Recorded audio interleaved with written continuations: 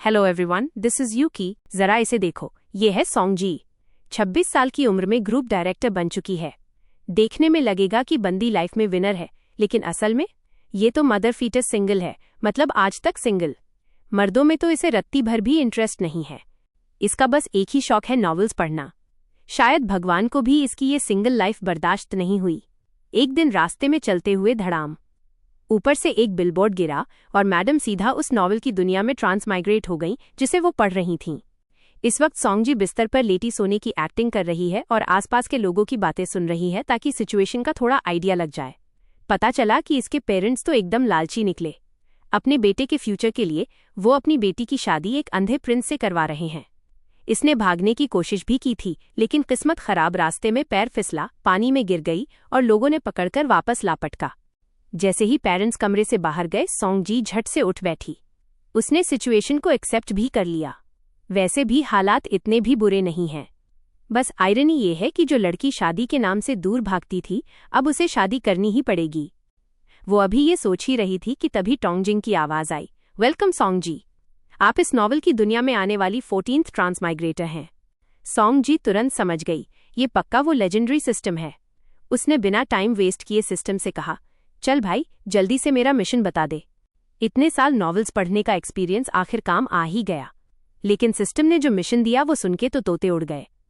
Mission था, उस अंधे और लंगड़े प्रिंस किंजाओ से शादी करो और उसकी वाइफ बनकर उसे किंग बनने में मदद करो। तभी सोंगजी के दिमाग की घंटी बजी।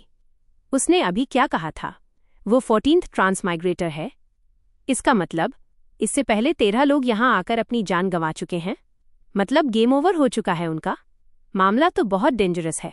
ऐसी जानलेवा चीज के लिए सोंगे ने सीधा मना कर दिया। मानना पड़ेगा, बंदी का लॉजिकल ब्रेन एकदम नेक्स्ट लेवल है। अब अपनी इस नई और यंग बॉडी के साथ उसने तय किया कि वो इस दुनिया में बस मजे करेगी और लाइफ एंजॉय करेगी। उसका स्टेप 1 था यहां से रफू चक्कर होना। उसने दिमाग लगाया और खिड़की का शीशा तोड़कर शोर मचा दिया। जब गार्ड्स को लगा कि वो खिड़की से भाग गई है और सब उसे बाहर ढूंढने निकल गए, तब मैडम आराम से पलंग के नीचे से निकली। सन्नाटा होते ही वो बड़ी आसानी से महल से बाहर निकल गई। आजाद होने के बाद वो रुकने के लिए कोई जगह ढूंढने लगी। उसके दिमाग में बड़े बड़े सपने चल रहे थे कि कैसे वो इस पुरानी दुनिया में अपना बिजनेस शुरू करेगी और फिर से सीईओ बनेगी। लेकिन ख्यालों में खोई हुई सोंगजी ने ये नोटिस नहीं किया कि महल के गार्ड्स ने उसे देख लिया है। फिर क्या था, शुरू हुआ तू आगे आगे मैं पीछे पीछे वाला ड्रामा। पर हमारी स्मार्ट हीरोइन ने सबको चकमा दे ही दिया और थक हार कर एक पेड़ पर चढ़कर सुस्ताने लगी। नज़ारा तो बहुत प्यारा था, लेकिन अफसोस उस कमबख्त टहनी में इतना वजन झेलने की ताकत नहीं थी।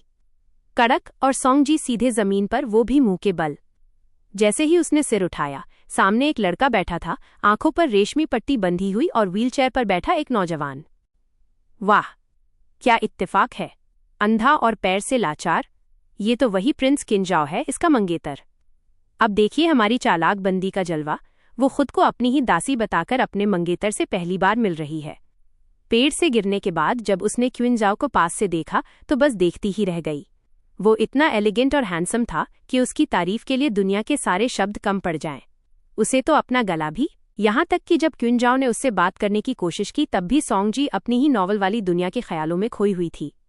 वो इस जीते जागते हैंडसम बंदे को देखकर इतनी दीवानी हो गई कि उसका मन उसे काटने या सीधा उस पर झपटने का करने लगा।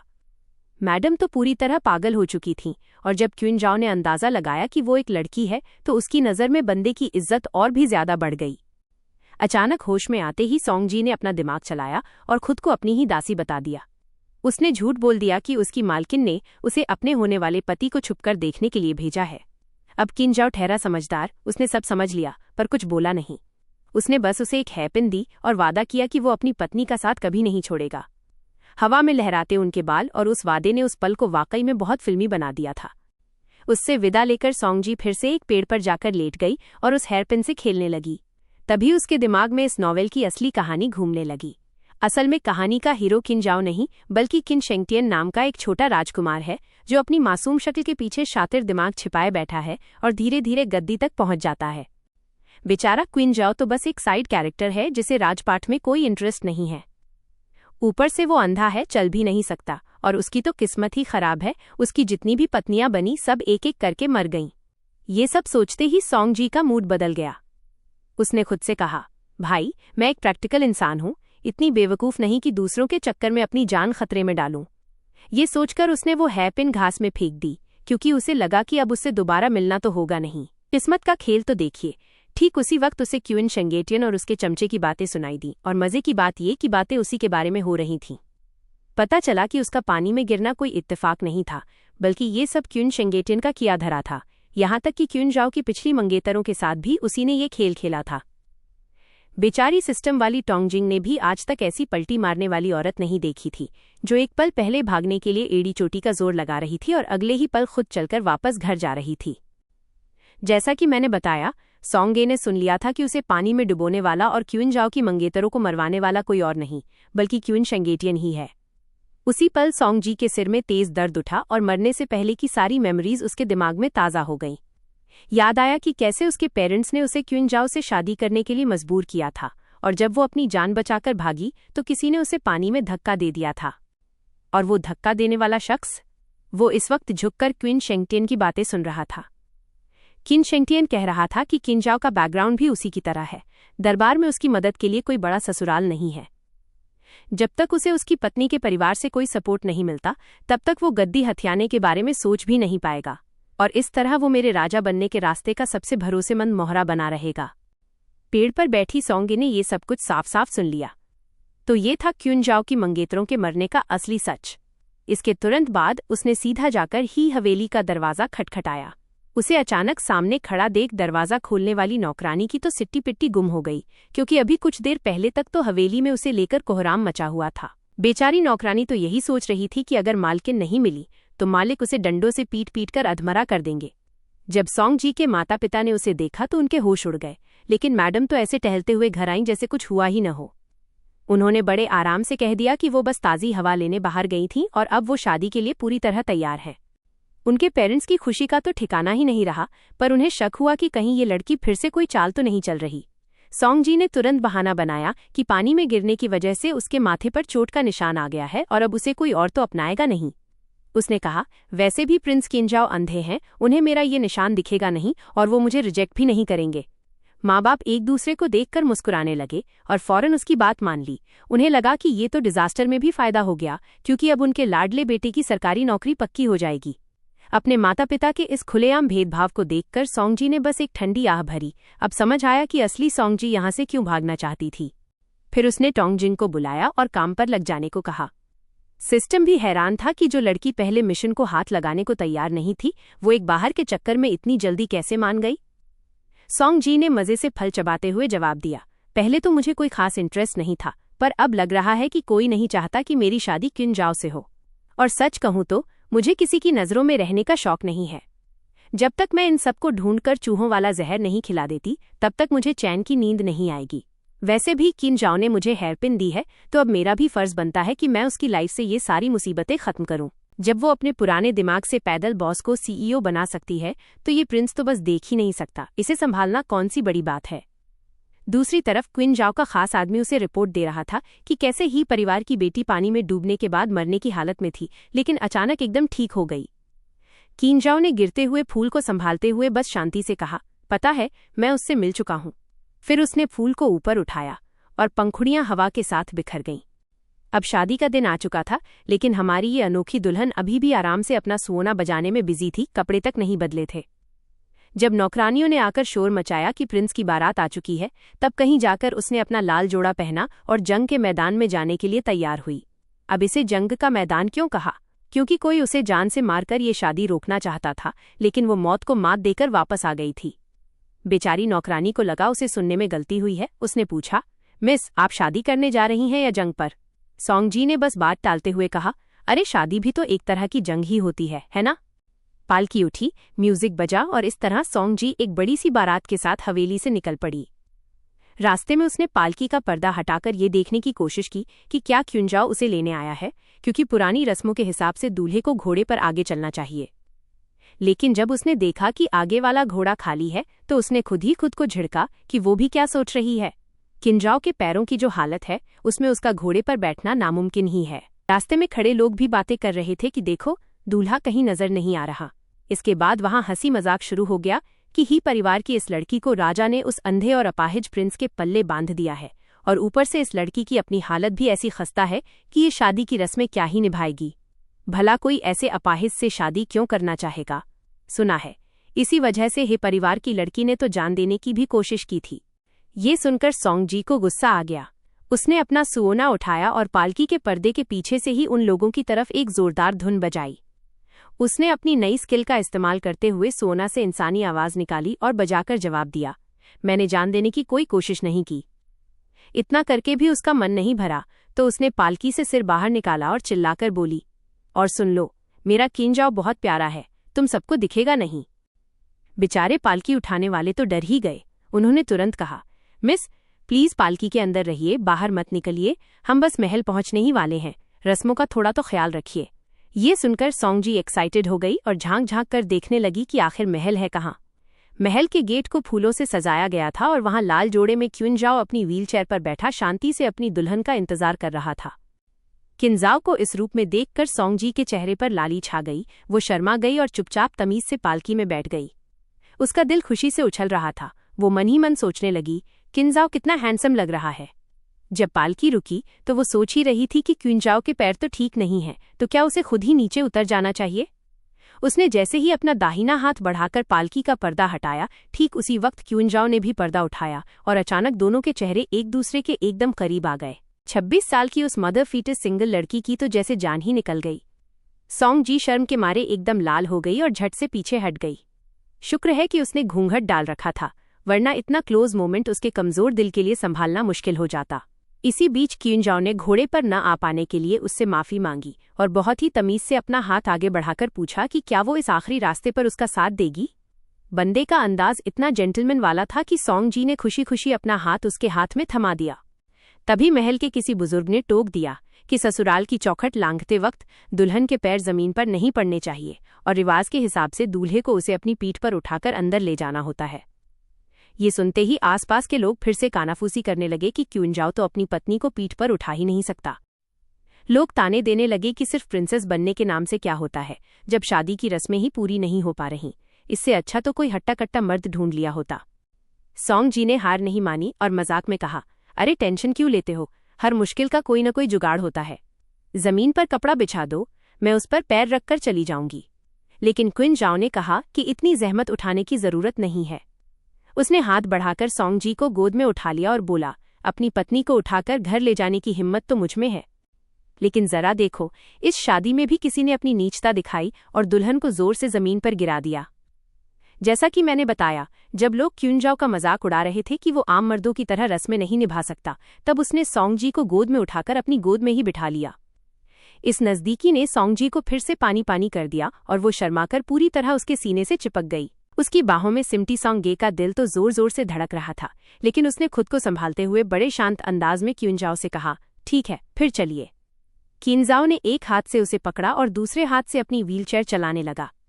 जैसे ही व्हीलचेयर आगे बढ़ी, घबराहट में उसका हाथ क्विंजाओ के सीने पर जा टिका।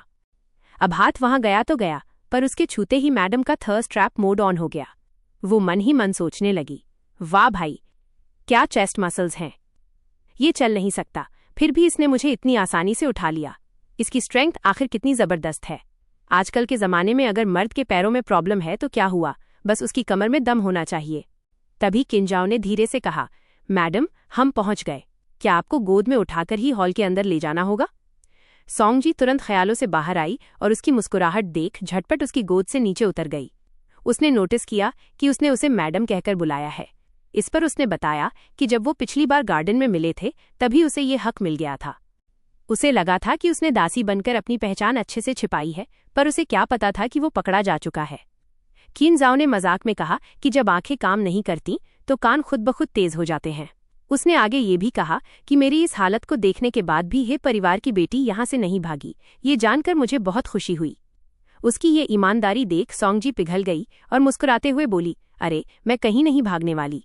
इसके बाद वो व्हीलचेयर को धक्का देते हुए हॉल की तरफ बढ़ गई। उसने मन ही मन ठान लिया कि वो उस शापित किस्मत वाली बात को गलत साबित करके ही रहेगी और क्विंजाओ का पूरा साथ देगी। भाड़ में जाए वो मनहूसियत। इसी बीच क्विंजाओ के 2 भाई 9th प्रिंस किनशेंगटियन और 5th प्रिंस किनशेंगयांग भी वहां पहुंच गए। किनशेंगयांग तंज कसते हुए बोला, आज महाराज खुद तो आए नहीं। किन जाओ ने पिता की जान बचाने के चक्कर में अपने दोनों पैर तुड़वा लिए और बदले में उसे मिला क्या? बस एक महल और ये मामूली सी बीवी। तुम्हें नहीं लगता कि उसे बहुत बुरा लग रहा होगा? किन शिंगटियन ने तो बस दिखाने के लिए कह दिया कि भाई आप जरूरत से ज्यादा सोच रहे हैं, लेकिन उसके दिमाग में कुछ और ही खिचड़ी पक रही थी। वो सोच रहा था कि आखिर ये सोंगजी अभी तक जिंदा कैसे है। उसका काम तमाम करने वाले किलर्स झूठ नहीं बोल सकते। क्या इस लड़की के पास कोई जादुई ताकत है? इसकी असलियत तो परखनी ही पड़ेगी। उसने अपने एक गुर्गे को इशारा किया और वो फौरन समझ गया कि क्या करना है। जब सोंगजी व्हीलचेयर को धक्का देते हुए उनके पास से गुजरने वाली थी, तभी उस गुर्गे ने कुछ कंकड़ क्यूंजाओ के रास्ते में फेंक दिए। क्यूंजाओ के कान फड़क उठे और उसने तुरंत हाथ से रुकने का इशारा किया। सोंगजी उसके पास झुकी और पूछा कि क्या बात है। क्यूंजाओ ने उसे रुकने के लिए कहा और संभलकर चलने की चेतावनी दी। सोंगजी को एक पल के लिए लगा कि शायद कोई भीड़ का फायदा उठाकर हमला करने वाला है, पर क्यूंजाओ ने साफ किया कि उसे कंकड़ गिरने की आवाज आई है। सोंगजी को बात समझते देर नहीं लगी। वो मुस्कुराई और बोली, मैं समझ गई, आप बस देखते जाइए और घबराइएगा मत। अगले ही पल उसने जानबूझकर उन कंकड़ों पर पैर रखा। उसका पैर फिसला और वो सीधा आगे की तरफ गिरने लगी। जमीन से क्लोज कांटेक्ट होने ही वाला है। सोंगजी के पेरेंट्स घबराकर भागे आए ये देखने की हुआ क्या है। सोंगजी ने धीरे से अपना सर उठाया।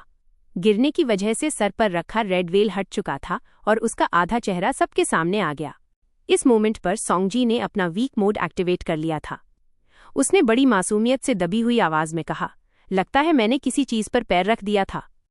पेरेंट्स ने उसे तुरंत डांटते हुए कहा कि जल्दी से अपना वेल वापस पहन ले, ऐसे सबके सामने चेहरा दिखाना बिल्कुल भी सही नहीं है। सोंगजी ने बड़ा नाटक करते हुए नाजुक आवाज में कहा, फीनिक्स क्राउन। लगता है फीनिक्स क्राउन टूट गया है। क्या ये होली आर्टिफैक्ट को डैमेज करना नहीं माना जाएगा? ये सुनते ही पेरेंट्स के चेहरे का रंग उड़ गया। वो बुरी तरह डर गए। लेकिन सोंगजी कहाँ चुप रहने वाली थी। उसने बात को और बढ़ाते हुए कहा, अब क्या होगा? क्या एम्परर हमारी ही फैमिली को सजा देंगे? ही फादर के माथे पर पसीना आ गया, लेकिन उनका पहला रिएक्शन यही था कि ब्लेम किसी तरह शिफ्ट कर दिया जाए कि ये ही फैमिली की गलती नहीं है। उन्होंने तुरंत सबकी नजरें घुमाने के लिए कहा, मुझे लगा मैंने किसी को जमीन पर कुछ फेंकते हुए देखा था। उस ट्रबल मेकर को ढूंढना पड़ेगा जिसने ये हरकत की है। तभी फिफ्थ प्रिंस किन शेंगयांग आगे आए और किनजाओ से बोले, मैंने और किन शेंगटियन ने इत्तेफाक से इस आदमी को जमीन पर पत्थर फेंकते हुए देखा था। हमें लगा इसके इरादे डेंजरस हैं, इसलिए हमने इसे पकड़ लिया। नाइन्थ प्रिंस किन शेंगटियन ने भी पूरा कोऑपरेट किया और अपने ही सबॉर्डिनेट को पकड़कर ऐसे प्रिटेंड किया जैसे वो उसे जानते ही नहीं। बेचारे चेले के पास बहाने बनाने के अलावा कोई रास्ता नहीं बचा था। वो गिड़गिड़ाते हुए कहने लगा कि उसका इरादा बस शादी में थोड़ी रौनक बढ़ाना था और उसे माफ कर दिया जाए। सोंगे ने जब क्वीन शेंगेटियन की तरफ देखा, जो ओरिजिनल कहानी का मेल लीड है, तो उसे सारा माजरा समझ आ गया। इसी बीच क्वीन शेंगटियन ने अपने ही आदमी को जमीन पर पटक दिया और चिल्लाते हुए कहने लगा कि वैंगे और वैंगफे को नुकसान पहुंचाने की कोशिश करने वाले को कड़ी सजा मिलनी चाहिए। सोंगजी ने भी पूरा साथ दिया और डरने की एक्टिंग करते हुए जोर से चीख पड़ी। तभी किन शेंगयांग ने पूछा कि किनजाओ अब क्या करना चाहता है। किनजाओ ने सोंगजी की तरफ देखा और कहा कि क्योंकि चोट उसकी वाइफ को लगी है तो फैसला भी वही करेगी। सोंगजी ने ऐसा चेहरा बनाया जैसे वो इस इज्जत से बहुत हैरान हो, पर फौरन बोल पड़ी कि सजा देने जैसा डरावना काम वो वैंगे की जगह नहीं कर सकती। जब किनजाओ ने बड़े प्यार से उसे दोबारा भरोसा दिलाया कि जो मन में आए वो बोले, तो सोंगजी लगभग रोने वाली एक्टिंग करने लगी और बोली कि वांगे ही जो फैसला लेंगे वही सही होगा। आसपास खड़े लोग ये सब ड्रामा देखकर परेशान हो रहे थे कि एक छोटे से फैसले के लिए ये दोनों इतना टाइम क्यों ले रहे हैं। हद तो तब हो गई जब सोंगे और क्यूंजाओ एक दूसरे की आंखों में इतने डूब गए कि लगा जैसे अगर ये कमरा होता तो अभी के अभी सुहागरात वाला सीन शुरू हो जाता। वहां मौजूद बेचारों को जबरदस्ती का पीडीए झेलना पड़ रहा था। शुक्र है कि किन शेंगयांग ने बीच में बोलकर इस अजीब माहौल को खत्म किया। बेचारे को अभी तक नहीं पता था कि ये सारा पंगा उसके छोटे भाई ने ही करवाया है, इसलिए उसने बड़े भाई के नाते कहा कि वो इस मामले को खुद हैंडल करेगा और इस आदमी का एक हाथ काट देगा। ये सुनकर सोंगे डर के मारे अपना मुंह छिपाते हुए सीधे क्विंजाओ की बाहों में जा घुसी, लेकिन उसने भी चालाकी से उस आदमी का एक हाथ कटवाने वाली बात पर अपनी रजामंदी दे दी। रोते हुए गले से सोंगे बोली, वाह वाह वाह, ये तो बहुत जालिम हरकत है। उसकी ये हालत देख क्विंजाओ ने बड़े प्यार से उसके सर पर हाथ फेरा और क्वीन शेंगयांग से कहा, भाई साहब, आपकी हमदर्दी के लिए शुक्रिया, लेकिन मेरी वाइफ बहुत नरम दिल की है।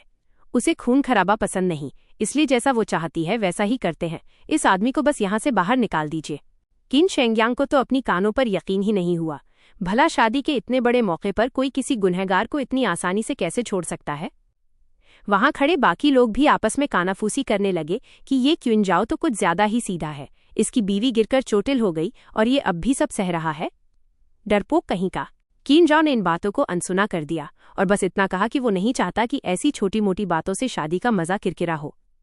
इसके बाद उसने और सॉन्ग गे ने दोनों राजकुमारों का शुक्रिया अदा करते हुए कहा कि आप दोनों हमारी शादी में आए, यही हमारे लिए बहुत बड़ी बात है, हम और कुछ नहीं मांग सकते। किन शेंगटियन ने तुरंत बात संभालते हुए कहा, अरे भाई, थैंक यू कैसा, हम तीनों भाई हैं और भाइयों में कैसी दूरियां। उसने आगे बढ़कर कहा कि ये आदमी यहाँ रहेगा तो सबका मूड खराब करेगा, इसलिए वो खुद इसे बाहर फेंक कर आता है। इतना कहकर उसने उस आदमी को उठाया और बाहर की तरफ चल दिया। बेचारा किन शेंगयांग समझ ही नहीं पाया कि चल क्या रहा है। वो पीछे से टोकता रहा कि अरे भाई, ये काम तो नौकर भी कर सकते थे। पर क्यून शेंगटियन ने एक न सुनी और फटाफट अपने चेले को वहां से लेकर निकल गया। जाते जाते उसके मन में बस एक ही ख्याल चल रहा था कि अफवाहों में तो सॉन्ग जी को बहुत बड़ी टैलेंटेड लड़की बताया गया था, पर यहाँ तो सीन कुछ और ही है। उसे लगा कि ये लड़की तो बेहद दब्बू और बेवकूफ़ है, जो डर के मारे बस कांपना जानती है। किन शेंगटियन के मन में चल रहा था कि ये कैसी अजीब और बेमतलब की दया है। शादी बर्बाद करने वाले अपराधी के सामने भी ये लड़की बस अपने ससुराल वालों को खुश करने में लगी है। उसे लगा कि शायद डूबते वक्त इसका बच जाना बस एक इत्तेफाक था। अब उसे मारने के लिए मेहनत करने की जरूरत नहीं है, क्योंकि जो औरत क्विंजाओ जैसे दब्बू आदमी के भरोसे बैठी हो, वो खाक कुछ बड़ा कर पाएगी। वहां से जाते हुए किन शेंगटियन की पीठ देख सॉन्ग जी मन ही मन मुस्कुराई और ठंडी आवाज में बुदबुदाई, वाह, औरतों को कम समझने का ये दौर भी क्या चीज है। इतनी आसानी से उसे उल्लू बना देने की खुशी में उसकी हंसी छूट गई। क्विंजाओ ने उससे पूछा, क्या तुम बहुत खुश हो? सॉन्ग जी ने तपाक से कहा, हाँ बिल्कुल, अभी आपने जो जबरदस्त पर्सनालिटी और बड़ा दिल दिखाया है वो मुझे बहुत पसंद आया। ये सुनकर क्विंजाओ के हाथ रुक गए। उसे हैरानी हुई कि क्या उसकी वाइफ को इस बात का बुरा नहीं लगा कि वो उस अपराधी को कड़ी सजा नहीं दे पाया। सॉन्ग जी ने बड़े चिल अंदाज में कहा, अरे छोड़िए भी, अब एक सिंप से और उम्मीद ही क्या की जा सकती है। क्विंजाओ तो एकदम ब्लैंक हो गया। भला उसे 21वीं सेंचुरी की ये स्लैंग लैंग्वेज कहाँ समझ आने वाली थी। बात को घुमाते हुए सॉन्ग जी बोली, वैसे वांगे, आपने मुझे इस बात के लिए भी नहीं डांटा कि मैंने सुहागरात से पहले ही अपना घूंघट उठा दिया। लोग तो कहते हैं कि ऐसी औरतें बिगड़ी हुई होती हैं। क्विंजाओ ने तुरंत उसका हाथ थामते हुए कहा, बिल्कुल नहीं, मैं ऐसा कभी सोच भी नहीं सकता। पर अचानक उसे लगा कि शायद उसने कुछ ज्यादा ही कर दिया है, तो उसने शर्माकर हाथ छोड़ दिया और दूसरी तरफ देखते हुए बोला, क्या ऐसा हो सकता है कि जब हम प्राइवेट रूम में हों तब मैं तुम्हारा घूंघट एक बार फिर से उठाऊं? ये सुनकर सॉन्ग गे का चेहरा शर्म से लाल हो गया और वो धीरे से बोली, कहना तो आसान है पर कमरे के अंदर। लेकिन आखिर में सॉन्ग गे ने खुद ही अपना घूंघट उठा दिया। आखिर ऐसा क्या हुआ था, जानने के लिए अगले एपिसोड का इंतजार करें। सुहागरात की रात थी और कोई जहरीली वेडिंग पेस्ट्रीज लेकर कमरे में आ पहुंचा। अगर शुरू से देखें तो मेन हॉल में मॉडर्न वर्ल्ड से आई सॉन्ग जी उस असली लड़की की जगह ले चुकी थी जिसकी हत्या कर दी गई थी। अब उसके सामने उसका दूल्हा खड़ा था, जो असल में किताब का उसका पसंदीदा सेकंड लीड था, अंधा और अपाहिज वांगे क्विंजाओ। जैसे ही शादी संपन्न हुई का ऐलान हुआ, सॉन्ग गे ने इस थका देने वाली रस्मों से राहत की सांस ली। उसने अपना घूंघट झटके से हटाया और बेड पर गिरते हुए सोचा कि एक एडवर्टाइजमेंट बोर्ड के सर पर गिरने से उसे सीधा एक पति मिल गया।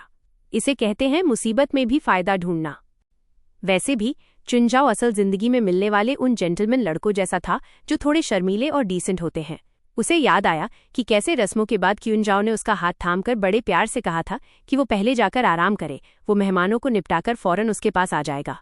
ये सोचते ही वो शर्म से पानी पानी हो गई और उसके मन में थोड़े नॉटी ख्याल आने लगे। उसने सोचा कि अब उसे करीब जाने का मौका मिलेगा, वो उसकी क्लासी लुक्स को निहार सकेगी और शायद उसके हाथ और चेस्ट मसल्स को टच भी कर पाएगी। हे, वो ख्यालों ही ख्यालों में इतनी खो गई कि उसके मुंह में पानी आने लगा। सच तो ये है कि उसने ये सोचा ही नहीं था कि क्या क्विंजाओ उसे बेड पर डोमिनेट कर पाएगा या नहीं। तभी उसकी मेड क्यूए बड़े प्यार से उसके लिए कुछ वेडिंग पेस्ट्रीज लेकर आई। सॉन्ग जी को लगा कि शायद उसकी माँ ने ये भिजवाई होंगी, तो उसने बड़े दिल से क्यूए को भी साथ खाने के लिए कहा। लेकिन क्यूए ने घबराते हुए जवाब दिया, ना नहीं, मुझे नहीं चाहिए। क्यूए ने घबराते हुए कहा कि उसे अपनी औकात याद है और वो अपनी मालकिन के आराम में खलल नहीं डालना चाहती। इतना कहकर वो तेजी से बाहर निकल गई। सॉन्ग जी उसे जाते देख सोच में पड़ गई कि दाल में कुछ काला जरूर है।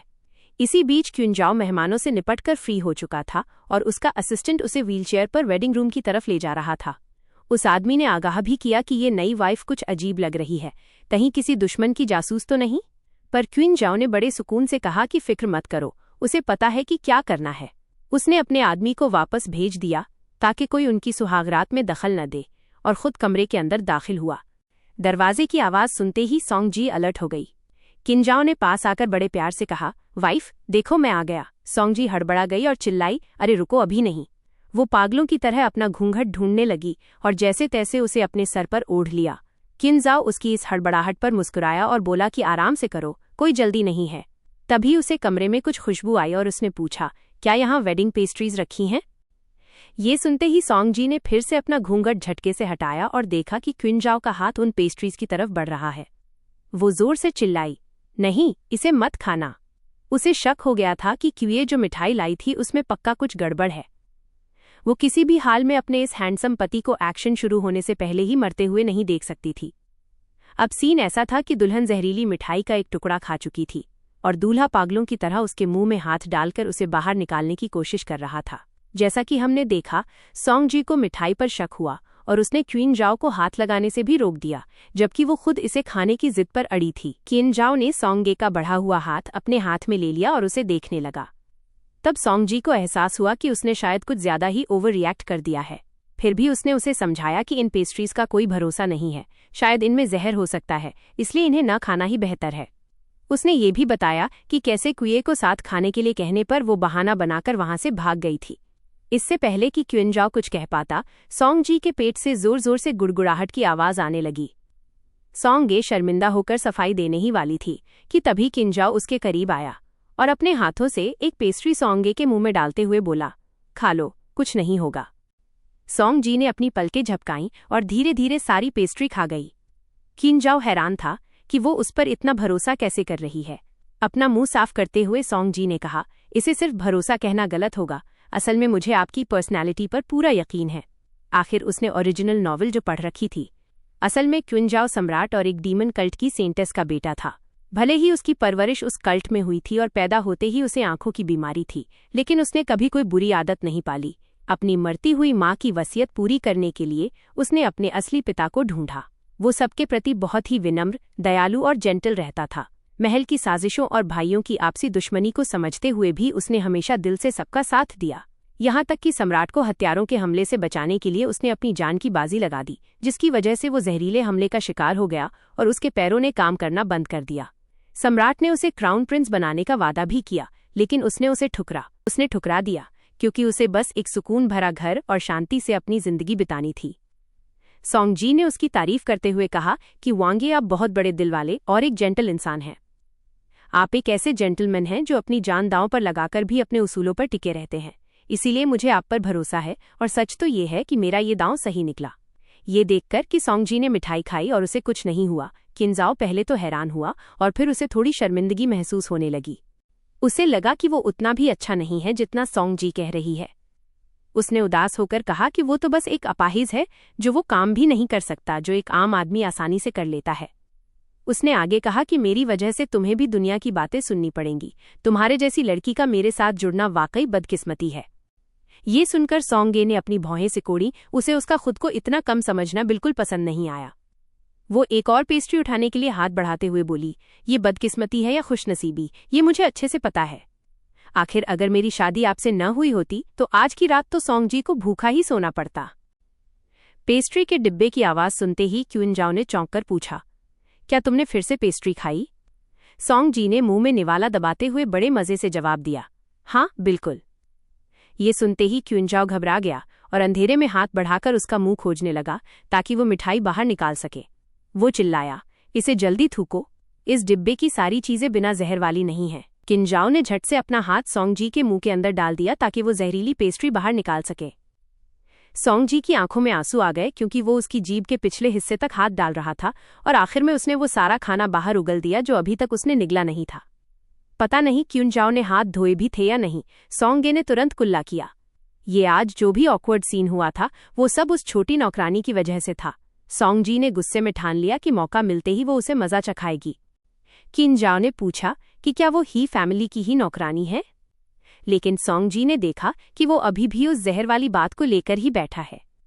उसने उतावलेपन में कहा कि इसकी जांच कल भी हो सकती है, आखिर सुहागरात की ये खूबसूरत रात बहुत छोटी है। ऐसी बोरिंग बातें करने के बजाय वो चाहती थी कि उसका पति उसका घूंघट उठाए और वो दोनों साथ में वेडिंग वाइन पिएं। किन जाओ ने उम्मीद नहीं की थी कि उसकी वाइफ इतनी ज्यादा एक्टिव और बोल्ड होगी। ये सुनकर वो शर्मा गया। फिर उसने माहौल संभालते हुए कहा कि आज उनकी शादी का बड़ा दिन है और वो अपनी वाइफ को बिल्कुल भी मायूस नहीं करेगा। इतना कहकर उसने घूंघट उठाया और सोंग जी के साथ मिलकर वेडिंग वाइन पी। वाइन पीने के बाद सोंगे ने मजे से उसकी तारीफ की। किन जाओ ने क्रेडिट लेते हुए कहा कि उसने सुना था कि ही फैमिली की बेटी को वाइन पसंद है, इसलिए उसने खास तौर पर इसका इंतजाम किया था। ये सुनते ही सोंग जी को थोड़ा झटका लगा। उसे एहसास हुआ कि ये सब तो असली वाली सोंग जी के लिए था। पर उसने तुरंत अपना मूड बदला और सोचा कि फालतू में जलन क्यों करना। उसके पास्ट में कितनी भी लड़कियां रही हों, अब ये हैंडसम क्यून जाओ पूरी तरह से सिर्फ मेरा है। सोंग जी ने धीरे से गला साफ किया और बोली, तो अब क्या हमें कपड़े बदलकर बेड पर नहीं चलना चाहिए? सोंग जी सीधा किंजाओ के सीने की तरफ बढ़ी और पूरी तरह से उससे सट गई। किंजाओ ने जब ये माहौल देखा तो उसने उसे धीरे से खुद से थोड़ा दूर किया और पूछा, वाइफ, क्या तुम्हें बहुत जल्दी है? सोंग जी के मन में तो जैसे लड्डू फूट रहे थे। वो मन ही मन चिल्लाई, अरे जल्दी के मारे जान निकली जा रही है। आखिर अपने क्रश को इस हाल में देखकर कौन अपनी फीलिंग्स कंट्रोल कर सकता है? पर दिखावे के लिए उसने शरीफ बनते हुए कहा, नहीं, ऐसी बात नहीं है। बस आज दिन भर की थकान बहुत हो गई है और मैं नहीं चाहती कि मेरे पति ज्यादा थकें। इतना कहकर उसने खुद आगे बढ़कर क्यूनजाओ के कपड़े उतारने में मदद की और जैसे ही उसके 8 पैक ABS नजर आए, सोंग जी तो देखती ही रह गई। वो सोचने लगी कि क्या बॉडी है, क्या मसल्स हैं। आखिर ये एक योद्धा की बॉडी थी जो दिखने में वाकई किलर लग रही थी। उसका मन किया कि बस एक बार इन्हें टच कर ले। किंजाओ की शर्ट पूरी तरह उतर चुकी थी और एक अजीब सी नजदीकी का एहसास होने लगा था। किंजाओ ने अपनी भौहें सिकोड़ी और तुरंत कहा, बस इसके नीचे मदद की जरूरत नहीं है। सोंग जी थोड़ी निराश हो गई और बोली, आपके पैर ठीक नहीं है तो चलिए मैं आपको बेड तक छोड़ देती हूँ। लेकिन क्यूनजाओ ने मना कर दिया और अपनी बाहों की ताकत का इस्तेमाल करके खुद को बेड की तरफ खिसकाया और फिर हाथ बढ़ाकर अपनी वाइफ को ऊपर आने का इशारा किया। सोंग जी की खुशी का ठिकाना नहीं था। उसने झट से अपनी भारी शादी वाली ड्रेस उतारी और क्यूनजाओ के पास जा पहुंची। वो मन ही मन सोच रही थी कि ओरिजिनल नॉवेल में तो क्यूनजाओ को इन सब चीजों में कोई इंटरेस्ट नहीं था। वो बहुत ही सीधा था, तो उसे जबरदस्ती का कोई डर नहीं था। ऊपर से वो देख भी नहीं सकता था, तो सोंग जी जो चाहे वो कर सकती थी। यही सोचते हुए वो उसकी आंखों में खो गई, जो एकदम बेजान लेकिन फिर भी गहरी लग रही थीं। सोंग जी ने उतावलेपन में कहा कि अगर वो थक गए हैं तो पहले सो जाते हैं। तभी किंजाओ ने अपनी आंखों पर बंधी पट्टी हटाई, जिससे उसकी ग्रे ब्राउन आंखें दिखने लगीं, और मजाक में बोला, ओह, तो मेरी वाइफ को कुछ और नहीं करना? सोंग जी तो जैसे सन रह गई, वो बस उसके शब्दों को दोहराती रही। इस वक्त सोंग जी किंजाओ की खूबसूरत आंखों को घूर रही थी और अपना हाथ उसकी आंखों के सामने हिलाकर चेक कर रही थी। पुतलियों में कोई हलचल नहीं थी, जिसका मतलब था कि वो सच में अंधा है। अब तो सोंगे और भी निडर हो गई। उसने उसके सामने अपनी उंगलियों से हार्ट बनाया और ये सोचकर कि उसे कुछ समझ नहीं आएगा, मजे में बोली, और क्या करना है? मैं तो थक गई हूँ। वैसे 69 और बॉन्डेज जैसी और भी क्रेजी चीजें होती हैं। क्यूनजाओ को कुछ समझ नहीं आया और वो कन्फ्यूजन में उसे देखने लगा। सच कहूँ तो ये बातें मुझे भी समझ नहीं आई। खैर, फिर उसने सोंग जी को याद दिलाया कि उसका मतलब हेयर टाइंग रस्म से था। तब जाकर सोंग जी को एहसास हुआ कि पुरानी परंपराओं के हिसाब से शादी के वक्त बालों को एक साथ बांधने की भी एक रस्म होती है। दोनों के सिर से थोड़े थोड़े बाल लेकर उनमें गांठ बांधी जाती है और इसी को कहते हैं नॉट टाइंग रस्म, जिससे वो जन्मों के साथी बन जाते हैं। सोंगे ने बड़े प्यार से कहा, वांगे, लाइए मैं आपके बाल काटती हूँ, और क्यूनजाओ की एक लंबी लट काटकर अलग कर दी। क्यूनजाओ फिर से उदास होकर बोलने लगा कि उसे वांगे बुलाने की जरूरत नहीं है, क्योंकि ये टाइटल बस नाम का रह गया है। सोंग जी को याद आया कि अगर उसे वापस मॉडर्न दुनिया में जाना है तो इसे हर हाल में एम्परर बनाना होगा। उसने मक्खन लगाते हुए कहा, मेरे दिल में आपकी जगह इस वांगे वाले नाम से कहीं ज्यादा ऊपर है। ये सुनकर क्वीनजाओ हैरान भी हुआ और खुश भी। उसने कैंची ली और अपना हाथ सोंग जी की कमर के पीछे से ले जाते हुए उसके बालों की एक लट काट ली। उसने वादा किया कि भले ही वो बाकी मर्दों की तरह अपनी वाइफ को दुनिया की मुश्किलों से न बचा पाए, लेकिन वो उसे बहुत सारा प्यार देगा, हमेशा वफादार रहेगा और कभी शक नहीं करेगा। सोंग जी ने उसके हाथ पर अपना हाथ रखा और बोली, मुझे घर के बोरिंग काम तो नहीं आते, लेकिन आपको दुनिया की हर मुसीबत से बचाना मेरे लिए बाएं हाथ का खेल है। अगली सुबह जब सोंग जी की नींद खुली तो उसकी नजरों के सामने क्वीनजाओ का बेहद हैंडसम सोता हुआ चेहरा था। उसके मन में फिर से लड्डू फूटने लगे। चेहरा तो टॉप क्लास था ही, पर सबसे कमाल की चीज थी उसकी बॉडी। इतने पास से उन 8 पैक ABS को देखकर वो खुद को रोक नहीं पाई और धीरे से उन पर हाथ फेरने लगी। तभी अचानक चुनजाओ ने उसका हाथ पकड़ लिया और मजाक में पूछा, क्या तुम्हें मेरी कमर इतनी पसंद आ गई है? बहकी बहकी बातों में सोंगे के मुंह से सच निकल गया, हाँ हाँ क्यों नहीं, और वो मजे से उसके बाइसेप्स को भी सहलाने लगी। लेकिन जैसे ही उसने किंजाओ का वो मासूम और पाक चेहरा देखा, उसे अचानक एहसास हुआ कि वो किसी देवता की तौहीन कर रही है। भाई, ये तो पाप हो गया। उसने तुरंत बहाना बनाया कि सर चकराने की वजह से वो बहकी बहकी बातें कर रही थीं। किंजाओ ने फिक्र जताते हुए उसके माथे पर हाथ रखा और कहा कि वो थोड़ी देर और आराम कर ले। सोंगजी शर्मिंदा होकर बेड से उछली और झटपट अपने कपड़े पहनते हुए बोली कि उसे पहले फ्रेश होकर ब्रेकफास्ट कर लेना चाहिए। उसी वक्त क्यूए ने दरवाज़ा खटखटाया और वांगे के कपड़े बदलने में मदद करने के लिए अंदर आई। सोंगजी ने उस लड़की को घूर कर देखा जिसने कल जहरीली पेस्ट्री भेजी थी और सीधा सवाल दाग दिया, सिर्फ वांगे की सेवा की बात क्यों कर रही हो? क्या तुम्हें ये देखकर हैरानी नहीं हुई कि मैं कल की पेस्ट्री खाकर मरी क्यों नहीं? क्यूए ने डर के मारे अपनी नजरें झुका लीं और अनजान बनते हुए बोली कि उसे अंदाजा नहीं था कि मालकिन इतनी जल्दी जाग जाएंगी, इसलिए वो सिर्फ एक जोड़ी कपड़े ही लाई है। सोंगजी ने एक किलर स्माइल के साथ उसे फिलहाल छोड़ने का फैसला किया। आखिर उसके पास बदला लेने के लिए बहुत वक्त था। उसने कपड़े हाथ में लिए और साफ कह दिया कि अब से वांगे के कपड़े वो खुद बदलेगी। तभी किंजाओ ने बड़े ही रहस्यमयी अंदाज में अपनी नजरें उनकी तरफ घुमाईं, जैसे वो कुछ गहरा सोच रहा हो। लगता है हमारा ये क्यून ब्यूटी भी कोई सीधा साधा इंसान नहीं है। उसकी आंखें साफ बता रही थी कि वो अंधा तो बिल्कुल नहीं है, लेकिन हमारी फीमेल लीड को ये बात कब पता चलेगी? किंजाओ ने साफ कर दिया कि उसे किसी की इजाजत की जरूरत नहीं है और वो अपनी मर्जी से उसे महल से बाहर निकाल सकता है। ये सुनकर सोंगे को लगा कि चलो, छोटे जाओ को मुझ पर काफी भरोसा है और उसकी खुशी का ठिकाना नहीं रहा। सोंगजी ने दलिया पीते हुए अपनी बात रखी कि ये पूरा मामला बड़ा अजीब है और वो किसी बड़ी मछली को जाल में फंसाना चाहती है। किंजाओ अभी भी सीधा साधा बनने का नाटक कर रहा था, तो सोंगजी को लगा कि कहीं वो सच में भोला तो नहीं है, इसलिए उसने उसे सब कुछ डिटेल में समझाया। उसने कहा कि जिसने भी मुझे जहर देने की कोशिश की है वो मेरी मौत से फायदा उठाना चाहता है, और रही बात क्यूए की, तो वो बस तुमसे शादी करके रातों रात क्वीन बनना चाहती है। तभी किंजाओ की नौकरानी बीच में कूद पड़ी और बदतमीजी से बात करने लगी, पर किंजाओ ने हाथ के इशारे से उसे चुप करा दिया और सोंगे को अपनी बात जारी रखने को कहा। अब सोंगजी पूरी तरह शर्लॉक मोड में आ चुकी थी। उसने अपनी थ्योरी देते हुए कहा कि अगर कल रात मैंने वो जहरीली पेस्ट्री खा ली होती तो मैं सुबह होने से पहले ही मर जाती। क्यूए को पता है कि तुम्हारी आंखों और पैरों की हालत की वजह से तुम नई वाइफ के करीब नहीं जाओगे। ऐसे में वो सुबह कपड़े बदलने के बहाने सबसे पहले कमरे में आती और तुम्हारी मुलाकात मरी हुई पत्नी से होने से रोक देती।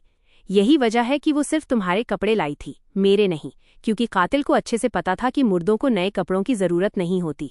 नौकरानी ने फिर टोका कि कोई नौकरानी अपनी मालकिन की जगह कैसे ले सकती है, इसकी इजाजत कभी नहीं मिलेगी। पर शर्लॉक सोंग ने फिर अपना तर्क दिया, क्या आज सुबह आपने मेरे चेहरे पर गौर किया था? आपकी यादों में तो मेरी छवि वही होगी, शादी के दिन घूंघट के नीचे भारी मेकअप वाली सोंगजी, या फिर वो पुरानी पेंटिंग। असल में मुझे बचपन से ही सिर्फ एक पॉलिटिकल मोहरे की तरह पाला गया है, इसलिए बाहर की दुनिया को मेरे असली चेहरे का अंदाजा ही नहीं है। ऊपर से मेरी ही फैमिली पावर की इतनी भूखी है कि वो कभी नहीं चाहेंगे कि मेरी मौत की वजह से उनके बड़े बेटे के करियर पर कोई आंच आए। ऐसे में वो पक्का किसी ऐसी लड़की को ढूंढते जिसकी आवाज मुझसे मिलती हो, ताकि वो मेरी जगह लेकर वांगे के साथ इस रिश्ते को बरकरार रख सके। किवे को भी ये बात अच्छे से पता है और उसे लगता है कि फिलहाल वो ही इस रोल के लिए सबसे फिट है, इसीलिए उसके मन में ये लालच आ गया। लेकिन कायदे से देखा जाए तो एक अंधे इंसान की सुनने की शक्ति आम लोगों से कहीं ज्यादा तेज होती है। फिर आप अपनी बीवी और एक नौकरानी की आवाज में फर्क कैसे नहीं कर पाते? असल में सोंगे यहाँ अपने प्यारे छोटे जाओ को एक इशारा दे रही थी। ये पूरा प्लान इतना परफेक्ट है कि इसे क्यूए जैसी मामूली नौकरानी अकेले नहीं बना सकती। क्यूए को हमारे खिलाफ इस्तेमाल करने वाला पीछे कोई और ही है। क्या वांगे को कभी शक नहीं हुआ कि आपकी जिंदगी में आने वाली ये तमाम मुश्किलें इत्तेफाक नहीं बल्कि किसी की सोची समझी साजिश है? सोंगजी अब सांस रोके किंजाओ के जवाब का इंतजार कर रही थी, क्योंकि उसका अगला कदम इसी जवाब पर टिका था। किंजाओ ने शांति से कहा, मुझे कभी नहीं लगा कि मेरी जिंदगी मुश्किल है। इसके उलट सब मेरे साथ बहुत अच्छे से पेश आते हैं। मेरा हर दिन सुकून से गुजरता है और मैं इसके लिए सबका शुक्रगुजार हूँ। ये सुनते ही सोंगजी खुशी से उछल पड़ी, क्योंकि उसे बिल्कुल यही जवाब चाहिए था। ऐसा लगा जैसे गेम के अगले लेवल पर जाने के लिए कोई पासवर्ड चाहिए था और उसकी ये बातें बिल्कुल वही स्टैंडर्ड आंसर थीं। अब सोंगजी को यकीन हो गया था कि किंजाओ एक नेक और शरीफ इंसान है और अब वो उसे राजा की गद्दी पर बिठाने के लिए अपनी पूरी जान लगा देगी। इसके बाद वो खुशी से गुनगुनाते हुए नाश्ते की खाली प्लेटें समेटने लगी। वहां खड़ा नौकर ये सब देखकर हैरान था और उसने धीमे से कहा कि ये सब समेटना उसका काम है। इधर क्युनजाओ अपनी हंसी नहीं रोक पाया और सोचने लगा कि उसकी वाइफ का अब तक जिंदा बचना वाकई कोई छोटी बात नहीं है। इसे मरते देखना बहुत बड़ा नुकसान होता। साफ दिख रहा था कि अब उसे अपनी वाइफ में काफी इंटरेस्ट आने लगा है। अब देखना यह है कि शादी के पहले ही दिन ये दूल्हा पॉजेसिव होकर कितना क्यूट लगता है। सॉन्ग जी की सलाह मानते हुए उसने अपनी मोमो यानी दासी को ऑर्डर दिया कि क्यूए को ठिकाने लगाए और उसका दिमाग वॉश करके सारी जरूरी जानकारी निकलवाए। और आपको जानकर हैरानी होगी कि ये मामूली सी दिखने वाली मोमो असल में अंडरवर्ल्ड की बदनाम 100 पॉइजन लेडी थी। उसके लिए किसी का मुंह खुलवाना तो बाएं हाथ का खेल था। दूसरी तरफ बर्तन समेटने के बाद सॉन्ग जी उस विशाल महल में रास्ता भटक गई। मुश्किल ये थी कि रास्ते में कोई नौकरानी भी नहीं दिख रही थी जिससे वो रास्ता पूछ सके। तभी क्युनजाओ उसे ढूंढते हुए वहां आ पहुंचा और उसे देखते ही सॉन्ग जी भागकर अपने हीरो के पास गई। क्युनजाओ ने उससे माफी मांगी कि वो उसे समय पर पूरा गार्डन नहीं दिखा पाया। सॉन्ग जी को इन सबसे कोई खास फर्क नहीं पड़ रहा था। उसने तो उल्टा महल की तारीफ करते हुए कहा कि यहाँ के नज़ारे बाहर से कहीं ज्यादा खूबसूरत हैं और यहाँ कुछ ऐसे पौधे भी हैं जिनका जिंदा बचना नामुमकिन लगता है। यहाँ काफी सारी जड़ी बूटियां भी हैं, क्या इनकी देखभाल के लिए कोई स्पेशलिस्ट रखा है आपने? क्युनजाओ ने थोड़ा शर्माते हुए कहा कि ये तो बस उसका एक छोटा सा शौक है। सॉन्ग जी तो दंग रह गई, इतना बड़ा गार्डन और ये वांगे अकेले ही सब संभालते हैं? तभी उसे अचानक एहसास हुआ और उसने पूछा, क्या इतने बड़े महल में हमारे और दासी लीन यांग के अलावा और कोई नहीं रहता? क्युनजाओ ने अपनी नजरें झुका ली और बड़े ही मासूम अंदाज में बोला, असल में तुम्हारा पति काफी गरीब है, इसलिए मैं तुम्हें दूसरी रानियों जैसी लग्जूरियस लाइफ नहीं दे पाया।